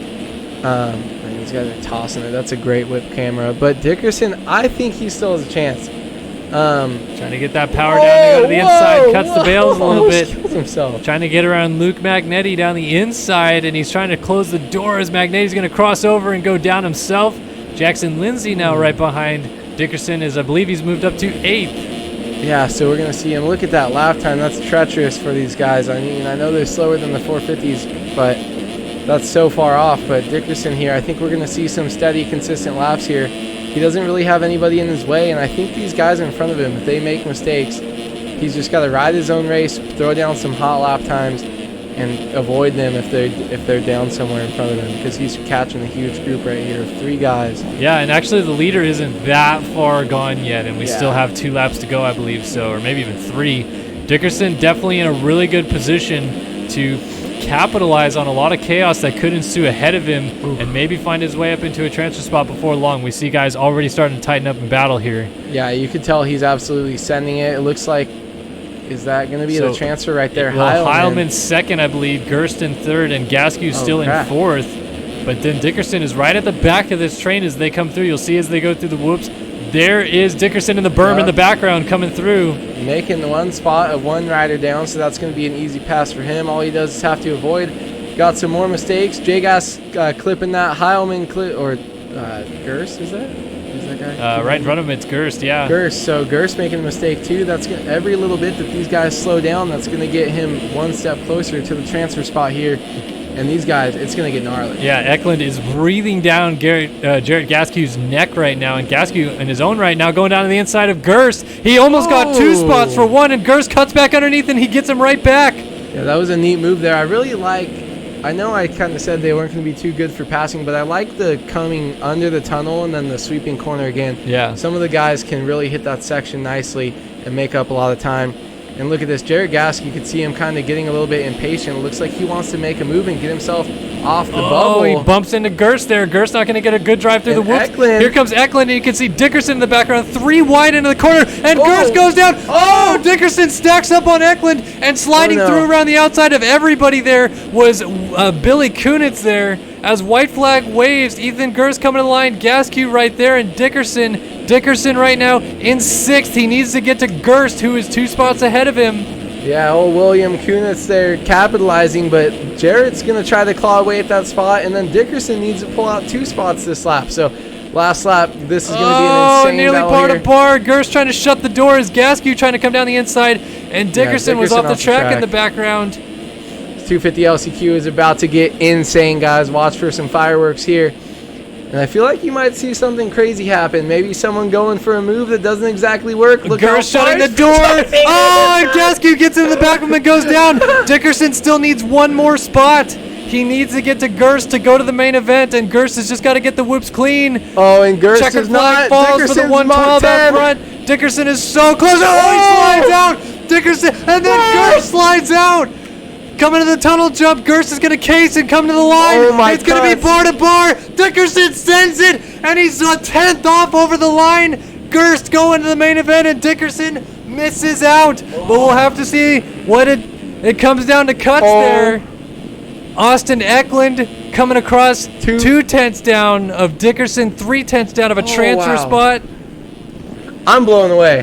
What just happened? Beginning of 250 West. This is like the beginning of the year, like just coming back out. We're gonna keep getting insane racing every single week here. Chokerson there. Oh man! I stole that from Spicy Films in chat. I'm sorry, dude. That is heartbreaking. Like that little move, and it sucks because you can't predict it. But Dickerson shredded the whoops. He's gonna drop so much more spots. He lost 2 more positions. He ends up 7th. He Eklund's is done for the night. Colby Eklund is also done. 1 and 2 in the points. They are out of here, folks. Dude, you don't even understand. This is insane. We just lost 1 and 2 in the points. We just lost 2nd in the points in the 450 class last week for making the main. We just lost 2 rounds in. We lost the defending champion, points leader. Oh my. And the guy in 2nd. So now Dylan Copeland, as it stands, really is leading the points on the Tiger Designs ride with St. Laurent and Logan Leitzel only 1 or 2 points behind them. So this night just got flipped on its head. Oh my goodness, this 250 East Championship just got flipped on its head. Nobody knows what to expect now because Dickerson and Eklund looked so good at the opening rounds, and now neither one of them are on the gate for the main event at round 3. Unbelievable. Shout out Dylan Burrell, who took the win in this LCQ almost nonchalantly, quietly, 8.5 seconds out front, but all the chaos going on behind him. Wow. We didn't even talk about him, and I feel terrible, but great ride by Dylan Burrell. Look at that, 8.5 seconds. What a commanding lead on that Pro Line Designs. Probably a Honda. That just sounds like it would flow, you know. Pro lines, I mean, maybe. Great ride by all of the riders. Heartbreak for some of those guys. Man, I've the been crazy left part, speechless multiple times here. the crazy part, and we'll knock on wood here for Jack Haley's sake, but both defending champions could end up not being in the main event tonight because Haley is in the LCQ as well. We could have both the number one plates sitting on the sideline at tonight's. I'm gonna cry. That's gonna be crazy if that happens. Yeah, Haley's got to make it in out of this LCQ after missing out in the heat race. Incredible stuff happening here in Atlanta right now. Yeah, it's definitely possible. The only thing I think that could kind of be redemption for Jack Haley here is the fact that his starts seem to have been getting a lot better the last 3 or 4 weeks. And I feel like his racecraft, I feel like if he does get a 10th place start, he's not going to be the guy that freaks out and tries to do anything crazy to get in. But this is such a stacked LCQ. This is going to be nuts. And you guys, if that one was gnarly, I feel like we're not even ready what's about to happen. Maybe the ending as far as losing your top 2 in points isn't going to happen. But this is still probably going to be gnarly. So just get ready. 270 of you in chat are about to have your minds blown. This is going to be an absolutely mental 450 LCQ for sure. And now going into this 250 main event, I don't even know what to think. There's a couple there. I think in the 250 class we're having a legit first time winner no matter what. I'm trying to think of anybody in that class that has already got one win. Maybe Leitzel. Maybe? Yeah, I feel like Leitzel or Saint Laurent might have. I don't think Saint Laurent does though. Saint Laurent, he's just been killer the last couple of years. Maybe he's kind of better in outdoors, I think. But thanks for that notification, iPhone. You really made me pump. We have Look Haley, at this. Haley, Mitchell, and Smith. Championship winner, number 6. Championship winner, number 4. You have number 1 defending champion, Jack Haley. In this LCQ. And there's only 3 spots. Chase B, I don't know what he's won. But Chase B is gnarly. Number 20, like, oh my gosh, this is about to be nuts. D Mills has won a race this year. He won. Daytona. I'm really excited for Daytona because it's going to be like outdoors. I wish they still ran 20 laps because that would give us time to do our outdoor thing. And we could just, I'm pumped for outdoors. All right, folks, it's time for the 450 LCQ. Remember, only 4 going through in this one. We're taking a look at Tyler Schmidt, the whole shot master. He's in the middle outside, but he's actually got Hubbard next to him. They're both going to get great starts down into the first turn. Hubbard gets there first, but slides out. Down the inside, though, the number 1 defending champion of Jack Haley grabs the whole shot. He's got Daniel Mills down his left side on the 31. And Schmidt gets together on the outside, I think, with Hubbard as they stack up at the corner, but it's Haley leading early. Yeah, Mills, DeSalle, I think Dalton Plessinger going off the track there, losing some spots. Zoe Cross going to move into 5th. But that's just some veteran knowledge. Jack Haley off that start, he was maybe 5th or 6th and just hugged that inside. D Mills definitely has his own race experience from real life. These guys are pretty smart, and I feel like I would be surprised if you see these guys taking any extra risk here and making mistakes. I know they're not pretty gnarly, but they're not super gnarly. Like D Mills' speed isn't crazy, so I think DeSalle might be able to get by him. But I think these guys can just pull it back.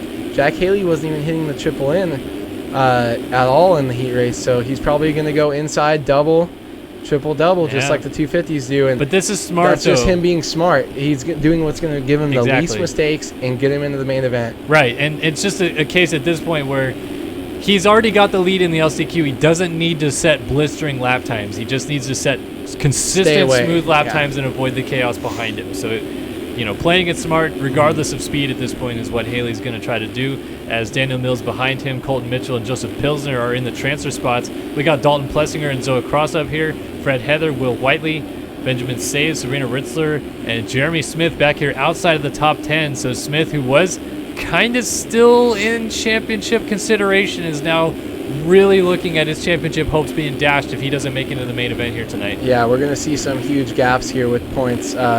We already do have one, but with some of the guys that were leading early, we thought were going to be consistent week in, week out. Jeremy Smith looked really good at the start of the season, and just a couple bad races have kind of really dropped him from that. I think the interesting thing is Bobby DeSell in 15th. So who was up front? That was weird. Maybe who's the guy behind D Mills right now? Oh, Colton Mitchell. Oh, his gear looks like Bobby's, so I thought... You're confusing me, man. It was, I thought that was Bobby back there. So Mitchell, Mills, and Dalton are on this program right now where I need to go as fast as I can to get away from the guys behind them, but also not fall. Yeah. And then anybody who is out of a transfer, it's literally the same thing, but not fall so that you can catch these guys when they make a mistake. Sometimes you're 12 seconds off the transfer, but you have such a high chance of getting in. You just have to keep yourself there. So it's like any one of these guys, one mistake could be the end of it for them. So it's really high risk. Even if you're in second place in a transfer spot, D-Mill's just gonna let it go by, not willing to take risks. Dalton Plessinger just quietly holding on to fourth, but Zoe Cross, he's in full send mode. Yeah, he's gonna be tripling on off, trying to close up on Plessinger as fast as he can. Scooty Puff, my man, joining us in chat. Yeah, Scooty, the whole sleuth gang in chat right now. Giant squad for us. Thank you so much. But yeah, Zoe Cross, it's full send for these guys. And luckily, it looks like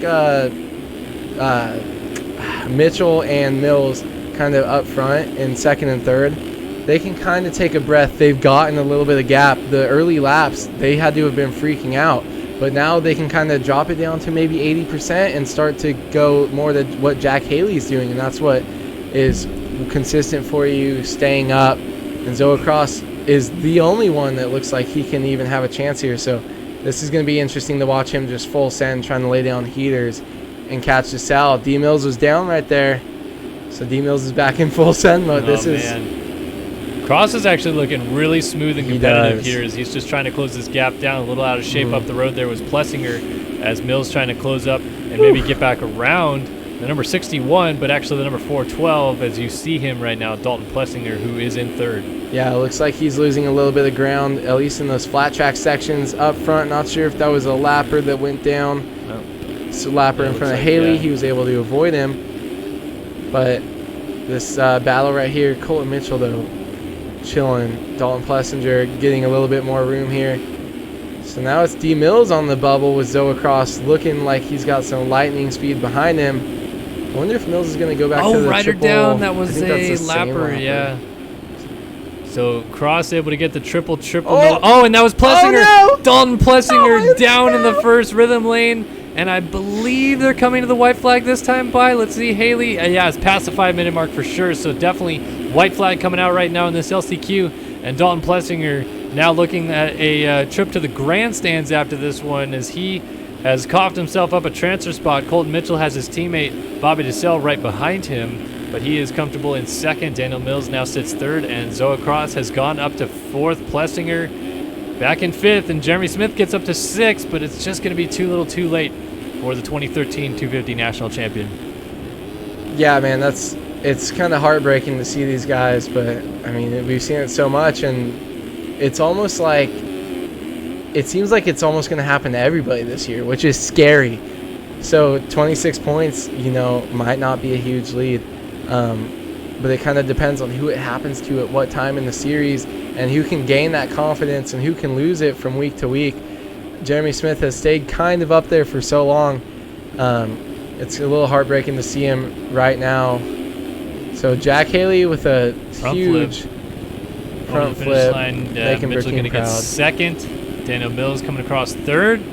And Zoe Cross will pick up fourth. He's headed to the main event tonight. Dalton Plessinger and Jeremy Smith having a battle of the first loser kind of here as they come across in fifth. Smith just short. He'll get a call from Moser this week. Joseph Pilsner coming across in seventh. Eighth, Will Whiteley coming to the line. Ninth right now, Benny Landry. Chase Blakely not going through either. Sabrina Ritzler. I could do a just short column. Benjamin Saves. Sabrina Ritzler. Back again. Name's so nice, back, you gotta say it twice. Whip style. You can do a Shortwood column. Just Shortwood? Just short, yeah. Why did you come up short this week? Yep, exactly. So Jacob Hubbard. I can be Moser. Reed Young, Sean Smith, Bobby DeSell, Kyle Robb. Light as a feather, Fred Heather. Not making it through. Tyler Schmidt did not get that start, sadly. Back. I Well, he thought we did, were but then he gonna went see a down whole with shot. Hubbard, who also Oh. got the start in the second corner. So That's true. kind of, Hubbard threw it away. yeah. Kind of good to see the people, 3 of the guys that got starts. Not that they were probably who I wanted to make it in. You know, like you see a past champion, you see people you like. But Colton Mitchell, though, I don't even know him, but it's cool to see him up there and kind of hold on to that and not able to make the mistakes to drop out. And it's a little bit heartbreaking for the guys that do. Pumped to see Zoa Cross be able to make up some time. Let's take a look at chat.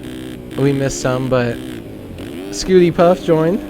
Yeah, as the Sleuth Gang was in here. Sleuth. I think they're still probably hanging out. Hanging a little out. bit. We got 309 viewers. And why do we not have 300 likes? Come on, guys. Drop a like if you're in here watching it. We've had some insane racing tonight. Let's see. Someone just said Dungy just went for the paycheck and dipped. I don't think they realized that Dungy probably lost. Yeah, he probably lost money. Yeah. On this deal. Just wasn't the right time, I don't think. I'm sure you'll hear a lot more about that in the upcoming weeks.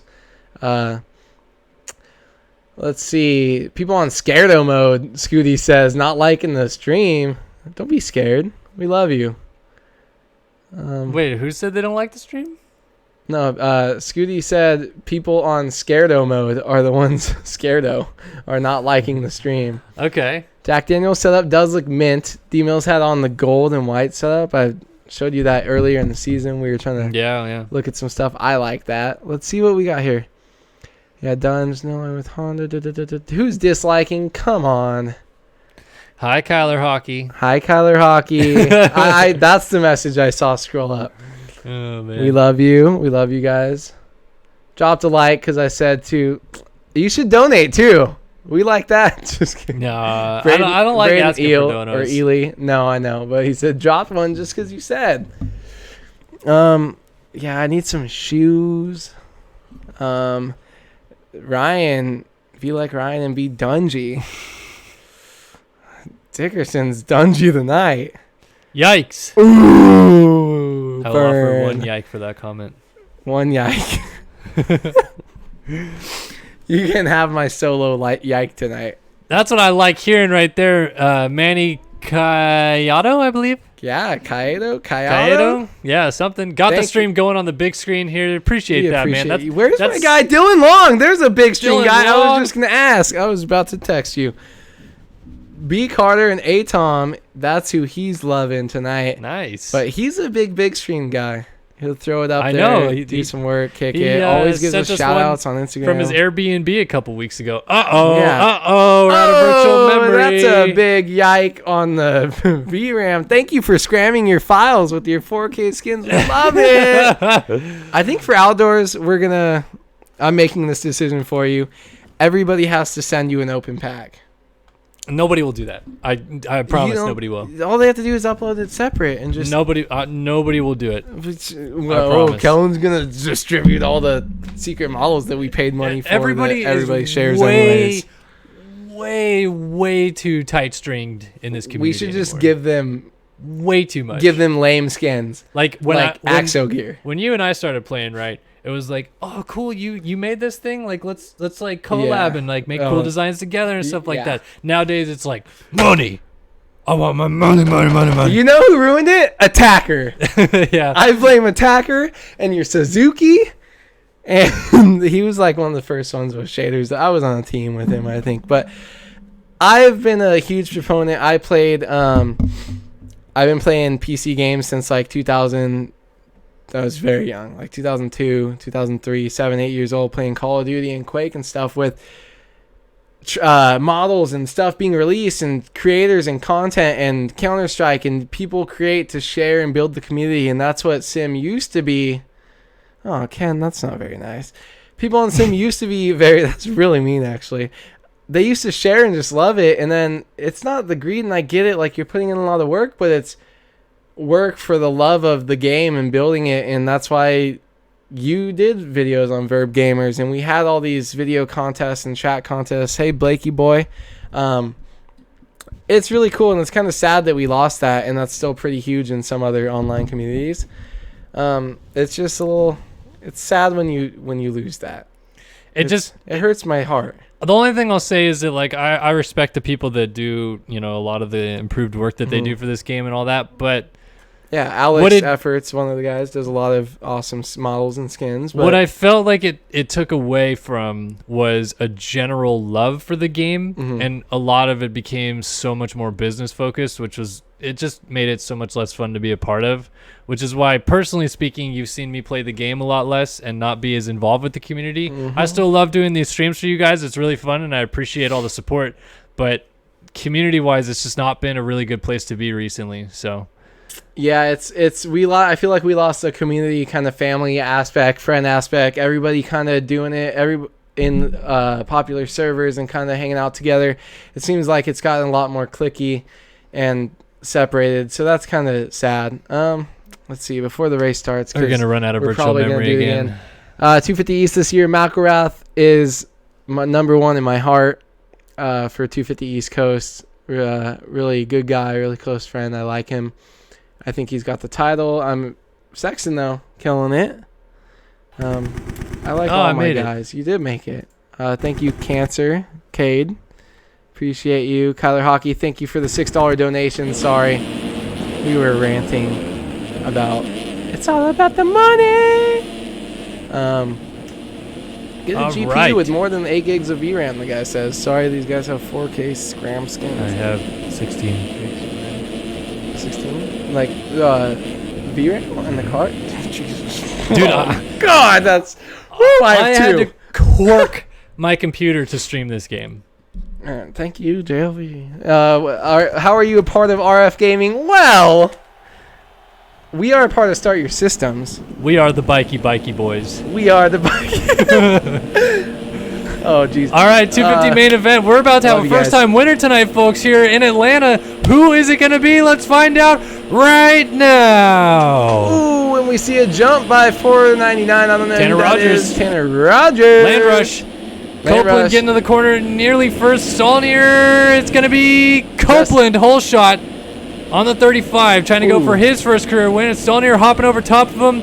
And Sally Slow-Mo, Chase Donovan. Oh, he was going to move into second, and down he goes. Yeah, let's see. D-Cope not completely able to avoid that crash there. As you see some guys going down in the second corner. He was not able to make the triple in that first rhythm section. So lost a lot of spots, put himself in a bad position. So the two Doms up front, though, are just dominating the first lap of this 250 main event. I got really excited there. I'm sorry. But these two guys up here, they look really good. Both of them, I think. Dom made a late mistake in his heat race. But these guys, you said we're going to see first-time winners. I don't think Tiberino's a first-time winner at all. He has one, yeah. Forgot he was there. But oh, look at this. Tiberino trying to go to the lead. Stallnear fighting back. Where has Dominic Stallnear come from tonight? Oh, he contact. Came from FMX round 3, and he's just killing it tonight. He's really surprising me. Great starts. He's going to dive up the inside and slide to go back out. after Tiberino. I believe these two are former teammates as well. Yeah, just lots of things in common. Oh, Stallnear. Oh, man, backwards. But he saved it. And gets on, looks like right in front of St. Laurent there. No, it's actually Lightsall on the 18. Ooh. We also have Ethan Parks going long. Oh, my and gosh. Stallnear gets into the side of him. And then Parks has to check up and roll the finish line jump. He's going to almost get landed on by Seth Garrett.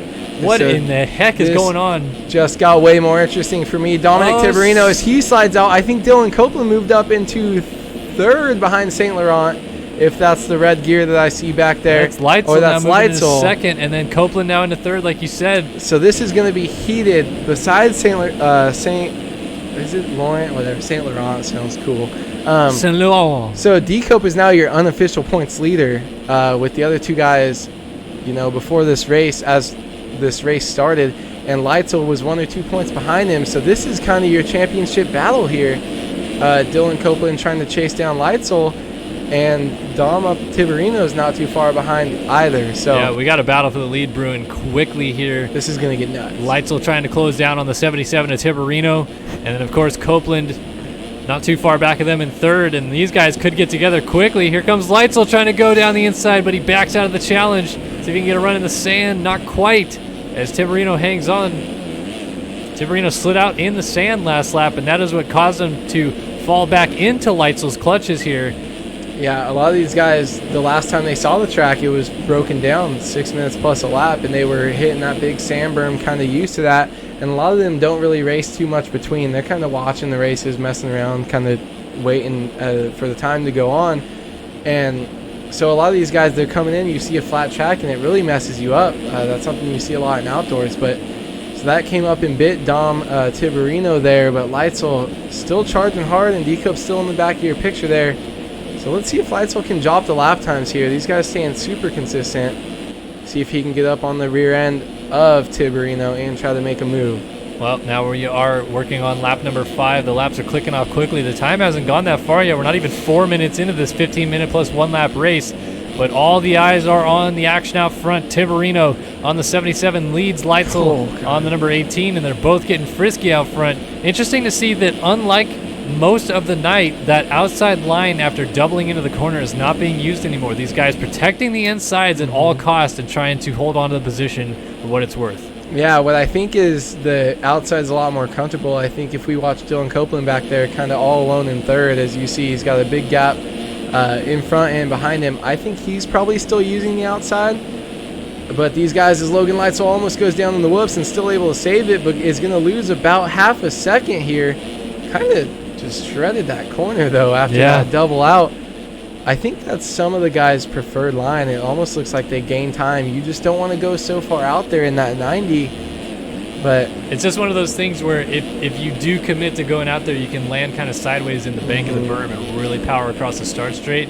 But it's kind of a 1 in 10 chance type of thing where you get it clean and gain time, but other times you're losing it because you're not defending that inside line enough. Yeah, I think that inside under the tunnel is almost like that. It's kind of pick your poison. Different people are comfortable with different things, kind of seat bouncing over, skimming over the top of it. But man, we're looking back up. Dominic Tiberino up here on that T-Gritty machine. Still looking comfy, scrubbing through rhythms. Leitzel scrubbing out as well. Got Deco back in third, holding it strong on the 35, so he's looking to get really good points championship-wise here tonight. Yeah. Seth Garrett right now putting in a really strong ride. Adam Stevens-Filler Jr. out here on the 92 VlasMX.com machine. Yeah, Thomas Unis moving up. Look from at this, dude. The MXLocker.com ride on the 507 having a terrific main event. He just qualified, I believe, for his first main event tonight, and now running inside of the top 5 and holding off Cooper Hunt, who also having a really strong showing here tonight. Oh, but he's going to go down just as we start talking about him. Cooper Hunt hits the deck on the VlasMX.com number 304. As he gets going, he gets bumped by Ethan Parks and gets going just ahead there of Bill Kunitz. Billy Kunitz on the ASB Performance number 63. William going up the inside, going to make an aggressive move, puts him off the track. And we got a scrub daddy on the right side from St. Laurent as Willie Kunitz jumping in front of him there. Oh, we got riders down. That's Ethan Parks down on the start straight. Oh, and that's going over top. Dylan Burl was down on the start straight as well. Tanner Rogers up into 11th somewhere. So yeah, I think we're in 10th. Yeah, Tanner Rogers 10th. Now Cooper Hunt running in 9th. We got William St. Laurent up to 8th. Willie Kunitz in 7th. Tyson Craig running in 6th. He won a heat race earlier tonight. 5th for Thomas Sunis. 4th, Garrett. And 3rd now, Tiberino. He's lost the lead. Copeland is 2nd, and Leitzel now out front in Atlanta. Yeah, so Tiberino, after looking really, really comfy up front, he just had to have made one big mistake that kind of bit him. This track, we've seen a lot more mistakes for as the track doesn't seem too tricky, but it seems like it's catching some of the guys out, maybe some of the ruts in the 90-degree corners, some of the tricky rhythm sections if you're trying to switch it up and do a different line that you're not used to. But Leitzel still has that lead, actually has gained a little bit on where he was marking Dylan Copeland back there coming into the whoops. And Dylan Copeland doesn't really have that balls out speed, so I'm not really surprised to see Logan kind of pulling away here. But we'll see if Logan can manage the lappers and the track as he's going to slow it down there and not triple in. He wasn't very comfy, so it's kind of good to see that. Just kind of managing the lead with what he's got right now, like you're saying. It's Copeland and Tiberino going back and forth at it right now for 2nd. Yeah, Copeland almost overwhipped there. Yeah, a little. Oh, now slides out and takes Tiberino with him. They're touching tips in the tunnel as they go through. Deco. Oh, Oh, Tiberino trying to cut back underneath to get a nose in there, but Copeland shuts the door, and Tiberino sliding out. That's going to move Seth Garrett onto the podium temporarily as Tiberino's trying to fight back. Sorry, these Blast MX guys, they're both inside the top 10. They're both looking super good tonight, and it's kind of really exciting to see them up there. And that was kind of neat to see Decope kind of playing, and Tiberino cat and mouse kind of looking for a spot on the inside, and Decope just got that corner a little smoother. Tiberino got into the back of him, but Dominic's got that speed, so he's going to make a pass. Tiberino and Seth Garrett getting awfully close right there, but Tiberino going back through into third as Garrett's trying to fight back on him.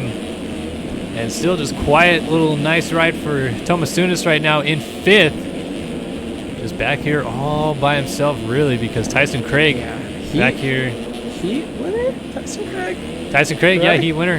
Heat race winner tonight. Had a great start to his night. And hey, a top 10 is not bad. You stay here all year long. Look at what's happening. You got your first and second in points, missing out on the main. So if you keep knocking off those top 10s, I think you'll be in a pretty good spot, bud.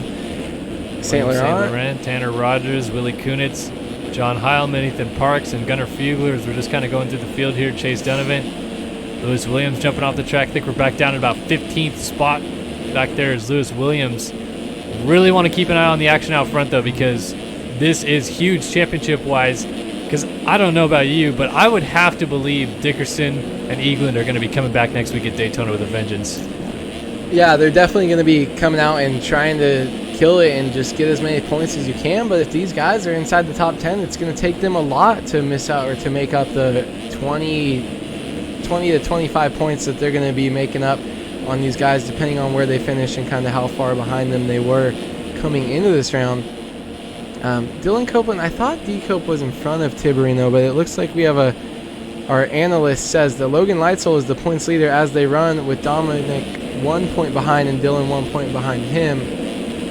So that could change if D-Cope loses this spot as well to Tiberino, who is shredding behind him. Definitely has a little bit more speed, but D-Cope's consistency has been great tonight. Yeah, and if Tiberino makes this pass, I believe it would actually put him as the points leader of the series. By 1 point. 1 point, yeah, so it's interesting. I must have glanced at the points wrong a little bit earlier. Tiberino showing him a wheel. Though. Into the wall they go. Almost alongside, just about has a wheel in there, but the outside swoop-in line for Copeland working better. Now they're almost side-by-side on the triple.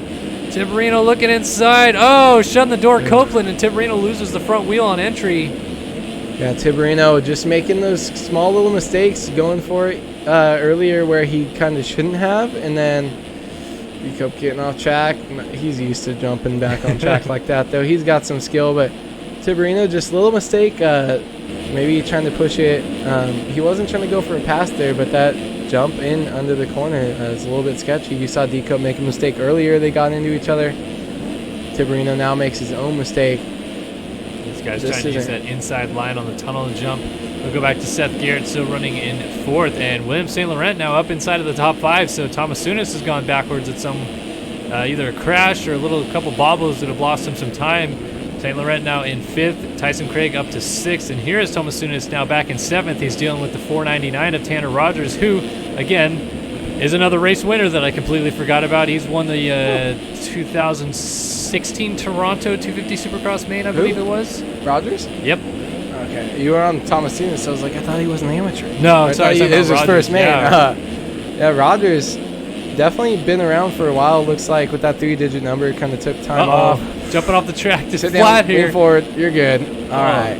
Whew. A little scary there. Who is that? Is that? I don't know. It's a lap rider, maybe Ethan Gerst. That's Gerst. Yeah, Gerst is ripping. Absolutely ripping. Just laid into that burn. There's times I feel like everybody that's not a freak show at this game has gotten the worst first 3 laps of their life, gotten lapped on lap 4, and then just started plugging away, knocking off lap times faster than the leaders, and you're passing leaders back, and it's just, you're like, what could have been if I got that start? And he's moving over, so he's doing a great job, but I mean, Gerst, I know exactly how he feels. He shredded that. He looked exactly like J-Mart before the whoops last week. Oh, in practice? Yeah, gosh, that was nuts. Laying into the berm. You know what, J-Mart? Okay, so Sexton was definitely faster, like, earlier in practice, But J-Mart's looked so much cooler because J-Mart was literally falling. Yeah. He was falling over. Because he's not tall enough to hold himself dead. up as Gunnar Fugler goes down in the background. He was falling over at about the 1/3 way through that rut and just held it wide open. You could see he literally hit and was falling, held it wide open, and that brought him back up with the momentum and because he came out sketchy. But we were all speechless. Everybody screamed, and then we didn't know what to say because that was one of the coolest corners I've seen. But Sexton, man, Sexton was hitting those standing up. I know, crazy. Oh, so cool. much talent, man, in this 250 class coming up. I'm so excited to see them in 450s here soon. I really hope they can hold on. Sexton really seems to be big on himself on the 450. By the way, we have a new leader right now. Dylan Copeland is out front. Logan Leitzel must have gone down. He had an 8-second lead, and now it's looking about maybe 2.5 second lead for Copeland. Dylan Copeland trying to pick up his first career main event win tonight and take over the points lead out front with a couple minutes to go here in Atlanta. D-Cope is the turtle. Leitzel and Tiberino are the hares tonight. Just hauling butt, and I guess Dickerson and all those guys, but they're hauling. But D-Cope, look at him. I bet you if you look at his lap times, they're just, what do we got? 56.4 and a 56.7 last time by. He's probably running 56 to 55 every lap, just chilling, never trying to go for a 54.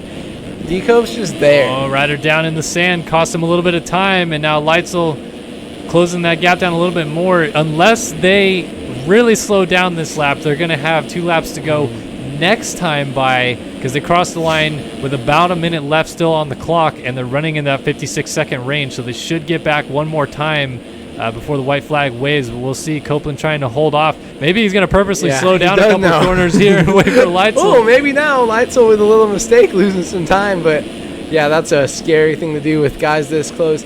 But Dylan Copeland, I mean, he's definitely freaking out, even though he, is a comfortable kind of guy. He doesn't freak out too much. But you can't not freak out when you're winning a race. And you're coming across with 4 seconds to go. So we're going to have 2 laps left. And Leitzel made a mistake. Yeah, Leitzel did not get the finish line jump. I think he had to roll it there.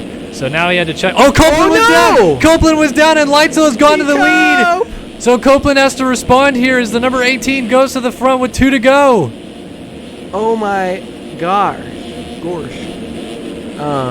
So I was thinking that Leitzel, even though D-Cope was going slower, wasn't going to be able to make the move because you saw kind of Tiberino get caught up being faster but stuck on D-Cope's racecraft. But D-Cope with that little mistake has just put Leitzel back in the lead. So I feel like now this is Leitzel's race to lose. I think Leitzel has the speed. D-Cope's going to go double on off there. Almost tucked the front wheel, but actually ripped that corner. Going to end up arcing this one better. That was J-Mart. And his setup looks just as sick. White flag coming out here in Atlanta. Leitzel's a little short on that table. Oof. 1 lap to go. Logan Leitzel trying to hold off the charge from Dylan Copeland with 1 to go. As Copeland jumping to the inside, almost gets into the tough blocks. Yeah. Couple bobbles here coming into the start of this last lap, but look how deformed that track is coming into those ruts. Leitzel's going to go long. Lands it clean, though, and has to double smoothly into the corner. Copeland has lost more time, and he had to roll the double into the corner. Leitzel has a gap now. Let's see how smooth he is on this last lap. Yeah, I mean, he's got just under half a lap to go here. Leitzel coming into the 2 main rhythm sections. Let's see what he does here if he kind of slows up. D-Cope's about 2 seconds behind with Tiberino hot. Very hot on his tails. He's right there. Leitzel's there. Copeland's got to be careful because Tiberino wants to make this pass. Yeah. 3 riders in a train coming to the finish line. This time by Logan Leitzel, looking for his first win of the season. And he's going to get it. The number 18 of Logan Leitzel wins in Atlanta. Copeland comes across in second, and Tiberino will take home third. Seth Garrett, one of the best rides of his career right now. Yeah. Looking to hold on to fourth as he's coming to the line. With his Vlast MX teammate right behind him as well. These guys are killing it. Well, Garrett comes across in fourth. Tyson Craig going to end up in fifth. Yeah, I thought he was in fifth too, but it was Cooper Hunt a lap down. So 6th for Tanner Rogers, 7th for Thomas Sunis. What a debut ride there for the 507. John Heilman coming across in 8th, 9th for Willie Kunitz. 10th, Gunnar Fugler over the line. 2 people just died on the tunnel. William St. Laurent. Oh, Chase Donovan is down with Ethan Parks? No, who's over there? That's Trevor Burns and cutting through the middle of them. Oh, that was Lewis Williams almost getting a spot. Now Ethan Parks coming to the line in 16th, right behind Kevin Frazaka in 15th. Kyle Carter, Cooper Hunt, Dylan Burrell, Dominic Saulnier, Alex Kerr, and Ethan Gerst over the line. Let's see, cuts. Ooh, wow, Trevor Burns lost like 3 positions. He was going to initially be 12th, ends up 14th. Oh. And then Fugler goes all the way to 8th. He gets around Willie Kunitz and John Heilman. Tisk. Thomas Sunis, Rogers, Craig, Garrett, Tiberino, Copeland, Leitzel. So our top 5 stay the same. And Logan Leitzel is your winner here tonight in Atlanta. Holy crap. That was awesome. Leitzel is as close to on the podium as you can get. I feel like we could make that rideable. It used to be. I don't know what happened. Yeah, They used to have collisions. Tyson used to be in 03 every single race and would ride over and just park up there and just flex on all of us in 03.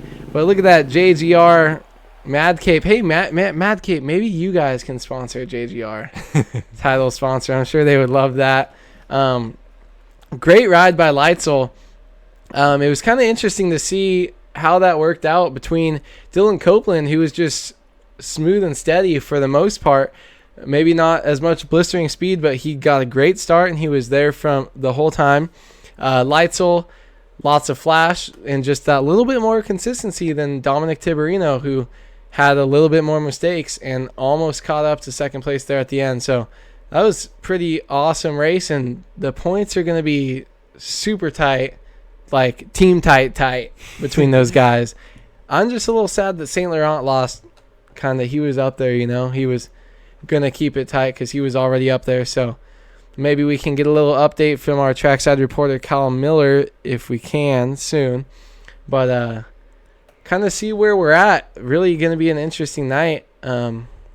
We lost 2 points leaders, and East Coast just got so much more exciting. Yeah, this is going to be... I mean, Daytona is always a wild card race. Next week, it's going to be a complete mess because we have 2 guys that won the first 2 rounds of the series, leaving here with 0 points on their card and wanted to make a huge statement next week. And they're going to probably send it because they're going to need points at all costs. And then we have Copeland, who's a measured rider, as you said. Leitzel's been pretty steady this year. He should have the points lead now or should be right in the mix.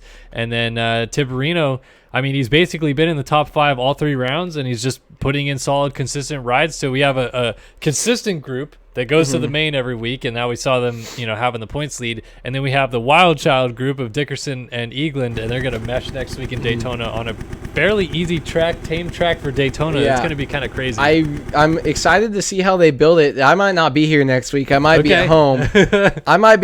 Hopefully the track comes out before the day of. I would like to kind of see what we're working with here, though, because I think next week could be a little bit exciting for some of the guys like Kevin Frazaka. Terrible at Supercross.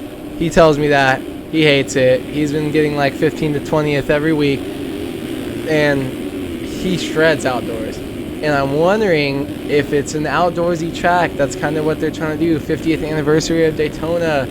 Use a lot more grass, a lot more flat stuff. If it's outdoorsy, I feel like we could see maybe a couple guys jumping up. And also, I think St. Laurent, Leitzel are kind of maybe might not be as consistent as we kind of think. So it's weird. Tiberino looked, even though not tonight, looked a little bit more consistent throughout the past few weeks, and Copeland kind of than the rest of the field. It's going to be interesting to see how that class evolves as we move on. But here we go with the 450 main event time here in Atlanta, folks. Round 9 of the series is set to go. Who is going to take the next big step for the championship? Let's find out right now. Boom, we got a jump right there. Oh, Leclerc getting pinched. Leclerc's going down. Oh, how did he stay on? Well, actually, he tipped over at the very end. Devin Davis, hole shot. Mad Cape Suzuki out front. We got Wilcox right there in second. Jeremy Cohenauer now moving actually into second. Craig Leak going into third. We have Jack Haley on the 1. He's got a good start in 5th out of the LCQ. And Russ Chapman looks to be in 6th. Oh, contact Wilcox gets into Cohenauer. It stacks up everybody. Haley's wheeling through the whoops. We got Hunter Porch flipping off the side of the track from second, and everybody is all stacked up as Devin Davis has a huge lead at the end of the first lap. Yeah, Chapman just Mosman some kid and wheelied over his bike before the whoops. And Devin Davis, I am so proud of you. You needed this. He needed this. Because Devin has been on suicide watch for the last couple of weeks. Oh, man. For not like really. But Devin has had a really, really rough time the last few weeks. And look at him. What if he wins this? What if he just whole shot gone? Devin Davis, oh, man. This is awesome. It's cool. Yeah, I'm proud of him. He's going for the smoother, more conservative lines down the inside. Jack Haley also doing the same thing behind him. But Braden Carter going 3-3 in out of the section. And Carter, one of the fastest qualifiers tonight, looking to pick up his first 450 main event win of his career. I really thought Devin had a lot bigger lead than he does. This might be bad for him. Devin with a tiny mistake, but really interesting to see Braden, who moved up, and we've seen he's insanely fast on the 450. And Jack Haley, his teammate, defending champ, trying to make up points like we said. He was about 40 down on Russ Chapman, so he's trying to make up as many points every weekend, and you haven't seen him win. Maybe he can get a win here, but... Battle for the lead is hot and heavy. Devin Davis has been caught by our defending champion, Jack Haley. Davis throwing down out front. Haley down! Haley down, and Carter nearly gets into him. We got Wilcox and cross splitting. There goes Russ Chapman, the 14 of Lang going through, and Seabolt also by as well. So Haley was in a prime position to maybe pick up his first win of the season, and now it is out the window as he's got a lot of heavy hitters in front of him. Zoa Cross going down off the side of the track in the background there. Yeah, so Russ Chapman trying to back up his first win by coming out here and trying to gain as much as he can. He's chasing down Wilcox right here through the whoops into the 90-degree corners. Able to flat track a little bit better than Wilcox, gaining up a little bit time, but they both case up on that, and I'm surprised it hasn't bit anybody since getting Chapman earlier. Chapman's suspension looks good, by the way. He is putting the pressure right now on Wilcox. Tyler Lang, not too far back on the 14. So resetting things right now. Carter has gone to the lead. Braden Carter on the number 32 is out front. Devin Davis slides back into the 2 spot on the 30. And now Chapman sitting in third as he's got Wilcox breathing down his neck. They're all swinging wide to get this 3 in, and Lang down the inside electing not to do it. Yeah, so Chapman, I feel like it just goes with how comfy you are. Some of these guys, though, doing the bigger rhythms, you might see them start to get bit later on as the track breaks down. But Chapman here is on rails, trying to catch Devin Davis. Devin has done a great start of staying up here after his great start.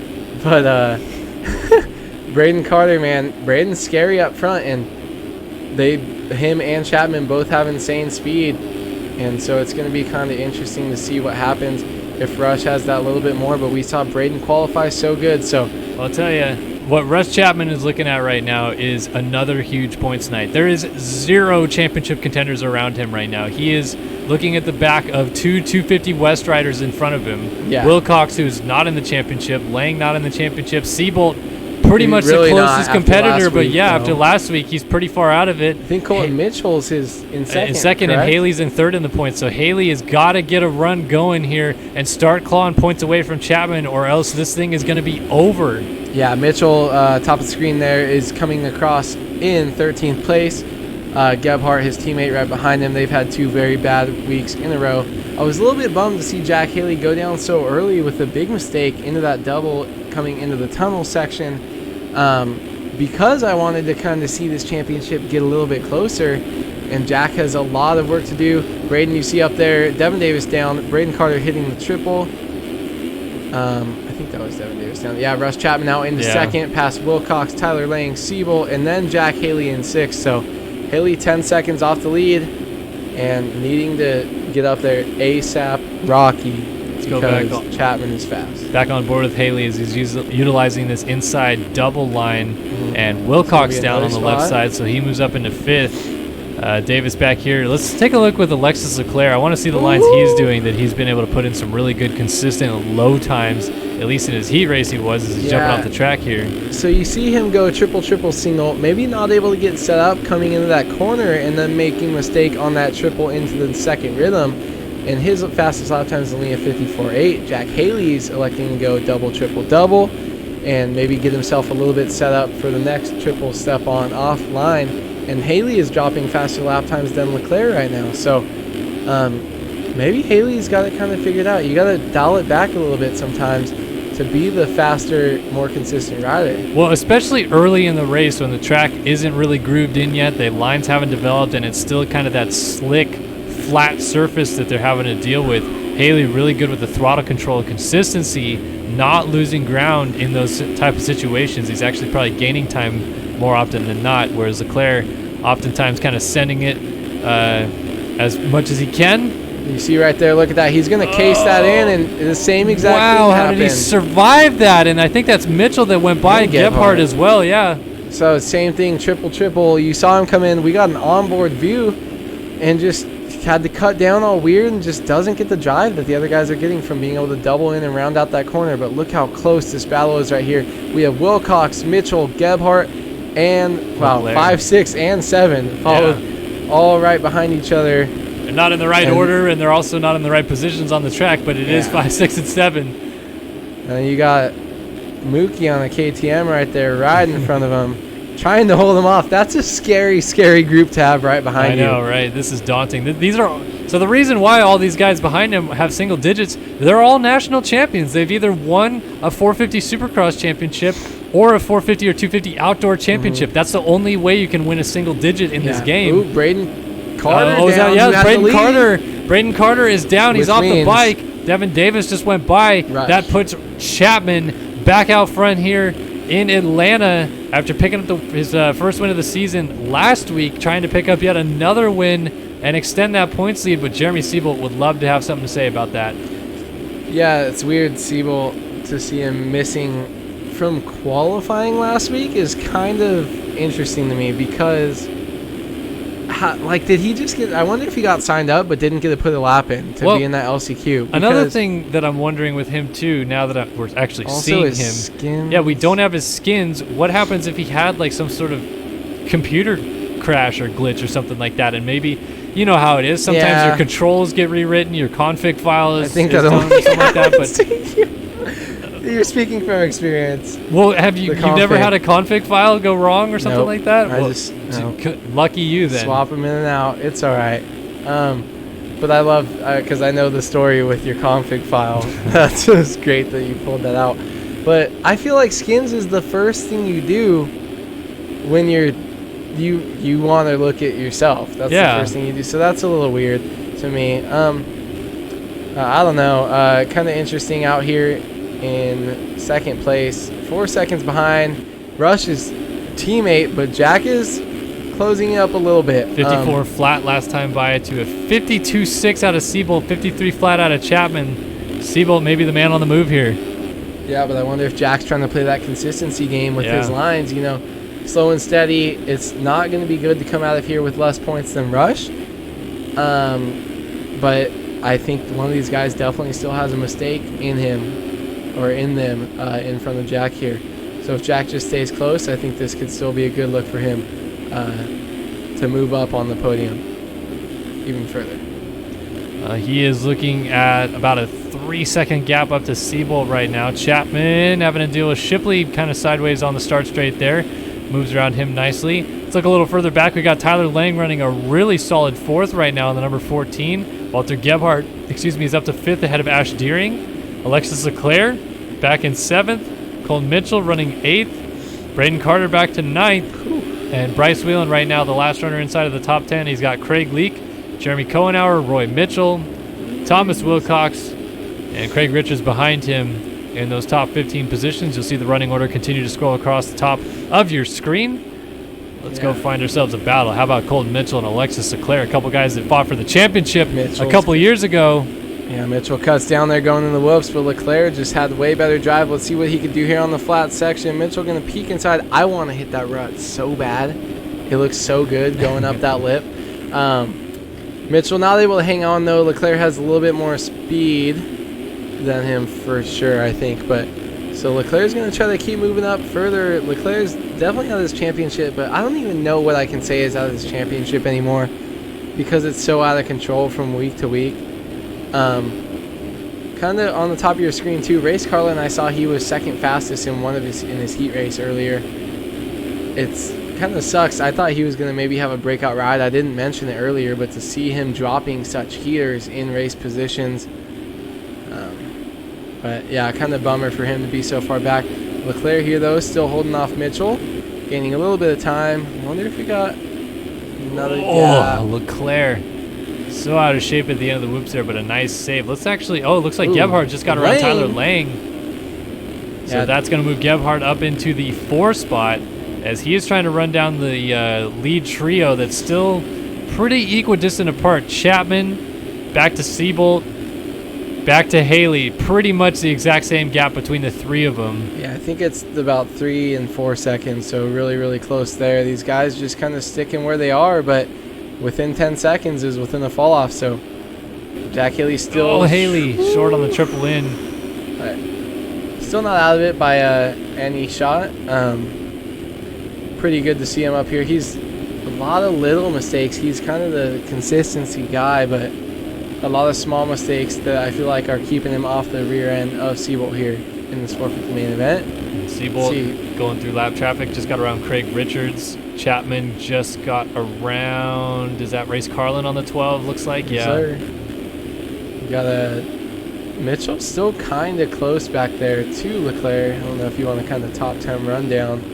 So we'll go back. Haley in 3rd. We got Walter Gebhardt up into 4th. Tyler Lang now runs 5th. Oh, we got Colton Mitchell and Leclerc down on the wall jump together. Braden Carter peeking up in the background, I believe. So Leclerc got up in front of him. I feel like that's the spot he was at. I wonder if Leclerc made a mistake and they just ran into each other because they were up on the wall. So a little bit weird there where they fell, but this kind of just brought the battle in. And Braden Carter has speed. Zoe Cross right there. I don't know if is Zoe in the position or no. It's definitely not anymore. But Braden Carter was one of your fastest qualifiers here today. So Mitchell a little over the table and he had to whoop it out there. Nice save on the 6. And actually almost looked like it gained him some time on Leclerc. Yeah, it looked like he's playing a Monster Energy Supercross 3 there with that line, clipping his front wheel all the way out there. We saw Russ Chapman do that when he whole shotted his heat. I saw him do it on the very first lap.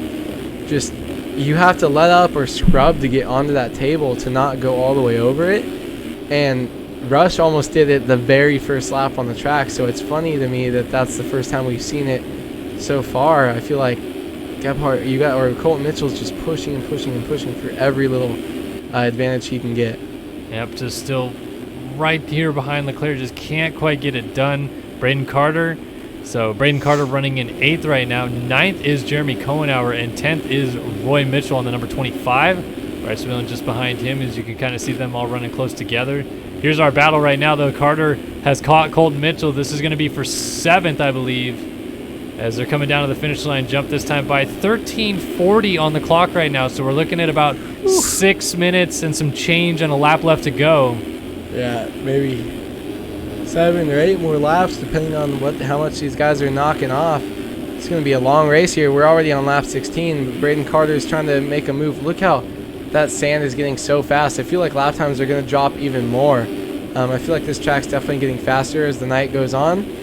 Braden Carter still kind of hanging off the rear end of Gebhardt. Look at that inside line. Inside, but Gebhardt's going to get the triple, or I'm sorry, Mitchell is going to get the triple in around the outside. Not that much different in time by the end of it because of that having to check up for the single mid rhythm there. Yeah, but then Braden Carter missed that triple into that next section, so yeah, Mitchell now established a bit of a gap. Alexis Leclerc up here, Tyler Lang, really solid, quiet ride for the 14. Makes a mistake right there inside of the top 5 right now. I think he is running 5th still, and Leclerc.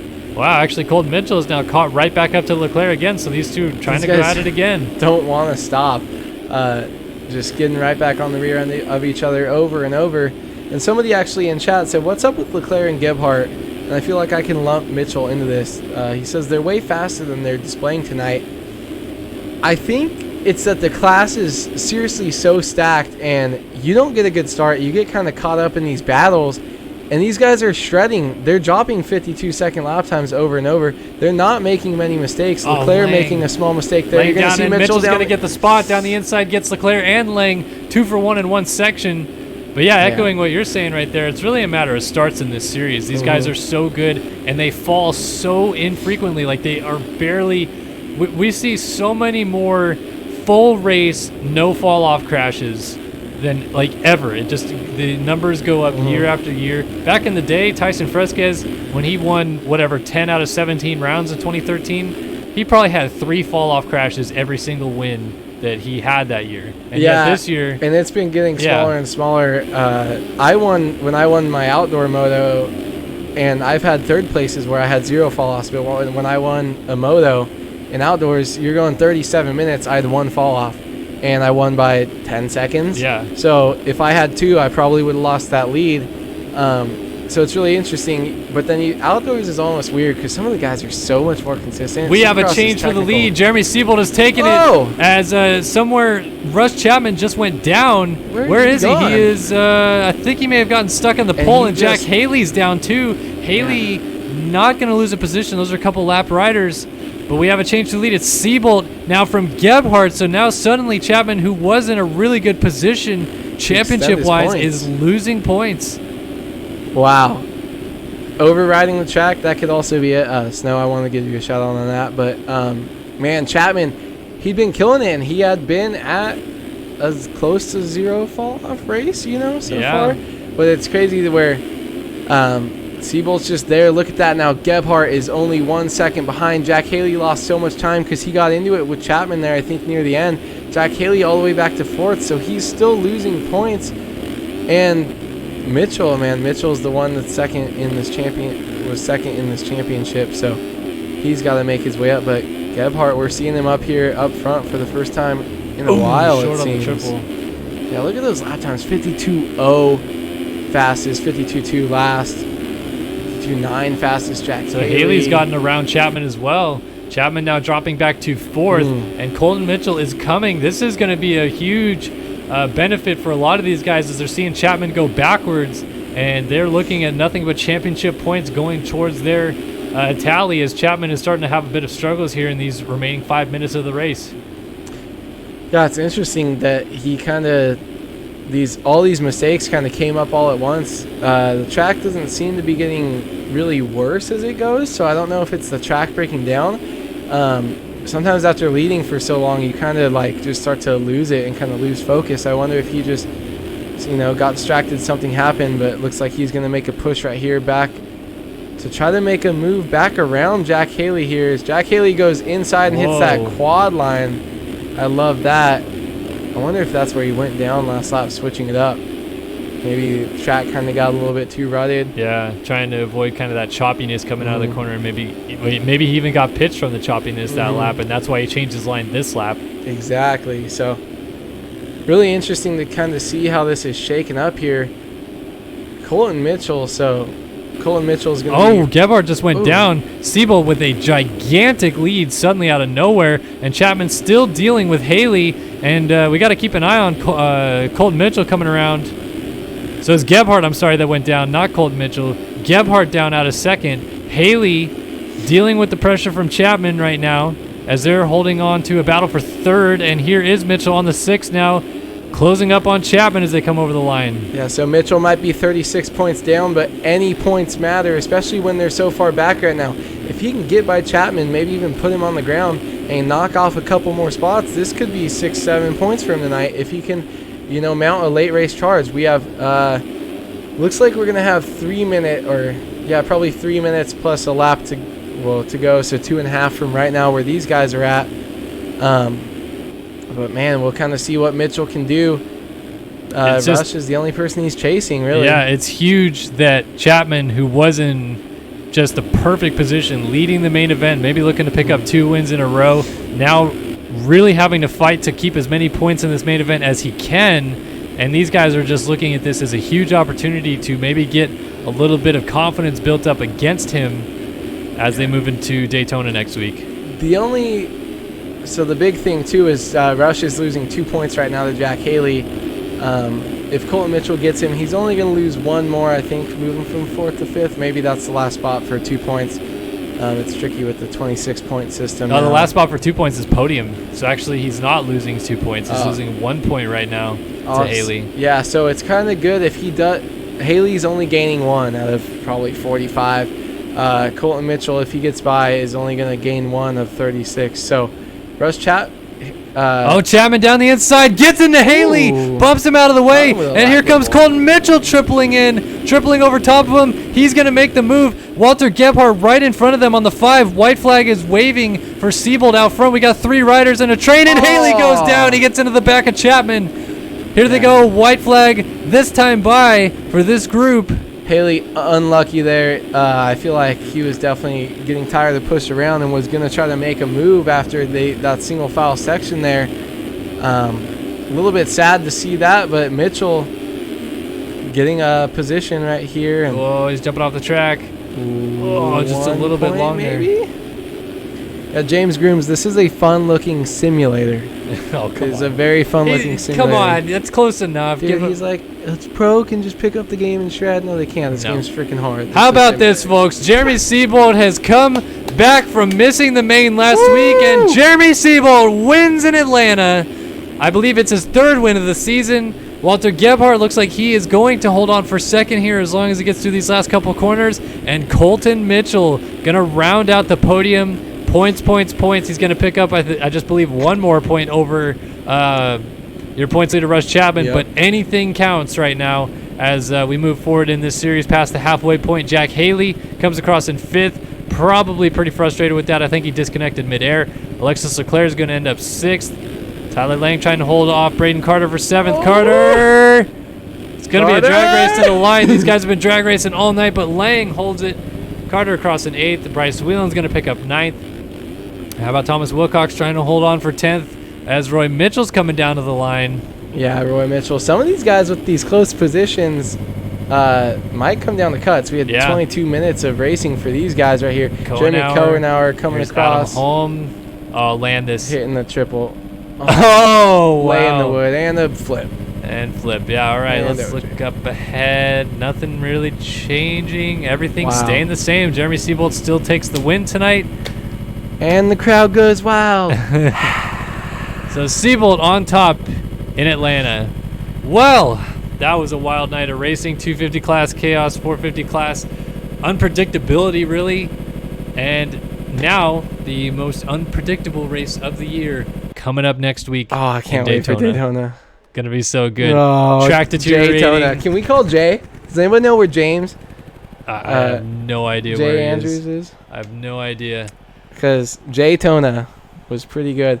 Wow.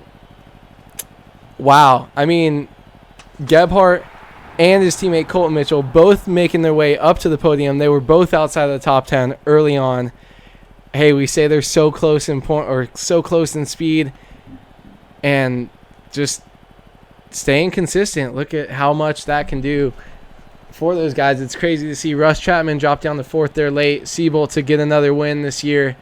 And, man, but those 2 system decal riders to get back up into the podium, like, that's nuts. I literally was like, these guys are no chance. I'm like, I mean, Mitchell's 2nd in points, but he's going to lose a bunch tonight when Russ was leading, and he ended up beating him. Like, that's crazy to me. Those guys definitely killed it. Good comeback weeks for them, I feel. Bummer for Haley a little bit. Bummer for Leclerc. Yeah, I think Haley's going to be disappointed that he had an opportunity there to gain just any points at all towards anything because he's so far and just missed out. Like, he's been clawing his way. He's 3rd in points. He was getting back to a level where he could say he's a title contender again, and just missing out on scoring more points over Chapman tonight. Losing 1 point. Mitchell only gaining 1. So hard fought. But to gain anything from his start, I guess you have to look forward to it. Russ Chapman could have a blow-up round. Chapman could miss, drop down, miss 26 points if Mitchell wins that week. So it's going to be this whole year. It's just interesting. We have no idea what's happening. Every week we come to the line. You don't think that 2 of our 250 points, no, both guys who've won a race this year, both 250 points like leaders, just missed the main. I know. Not even the Triple Crown. They just missed the main. The 250 class is, I mean, it's such a blowout on the West I'm glad that we're having Oh, this yeah. chaos in the East to subsidize for it, because it's like Braden Carter's walking away with the West, but this East class is wide open and wild, and we're loving every second of it. Yeah, I definitely love it. It's gonna be great. I'm so ready for Daytona. Like, it's gonna be sick. Outdoors. Little outdoor Question vibe. mark. I'm pumped. Like a little. It's more outdoors than it's ever been this year. So yeah. I really hope it's. I just hope the track design. I don't know who's making it. I hope it's good, because choppy, gnarly. yeah, just like some little rollers, like some little break, some of the inside out rut, like some good deep ruts, like some pre-built stuff. Just make it fun, because not a freeway. Just make it sick. Like I don't know. Make it cool. I'm pumped. Devin Davis, you did a great job with your lead, threw it all the way, but you did get some stream time. Thank you, Dylan Long, for shouting out our hats. He said we both have dope hats. I mean, thanks to everybody that's coming by every week. Goals. Who are the goals? The San Diego Gulls. It's a minor league hockey team in Caw-caw. San Diego. Yeah. Is that Seagulls. what noise they make? I don't know. I feel like they make a screech, like a squeal, right? Man. Gotta rep San Diego though, all times, baby. You do. I try Hometown to. life. All right, Let folks. me just me and Big Poppy here. We're gonna. we're gonna sign off round number 8 of the 2020 MotoOption, or round 9, I should say. Man, I can't believe we've already passed 9 rounds in the MotoOption Supercross Series this year. Atlanta done. Daytona coming up next. Thanks everybody so much for tuning in week after week. All the sponsors that have been behind us and supporting us. Of course, all the sponsors that are involved with Race Factor Gaming. Head over to racefactorgaming.com if you guys want to sign up and start racing today. This series is a blast. There's amateur racing, there's novice racing, so you're always welcome to get involved in all forms that they have there. And it's always a good time. So for myself, Andrew Wood, and all of us here at Starter Systems, we'll see you guys next week in Daytona. See ya.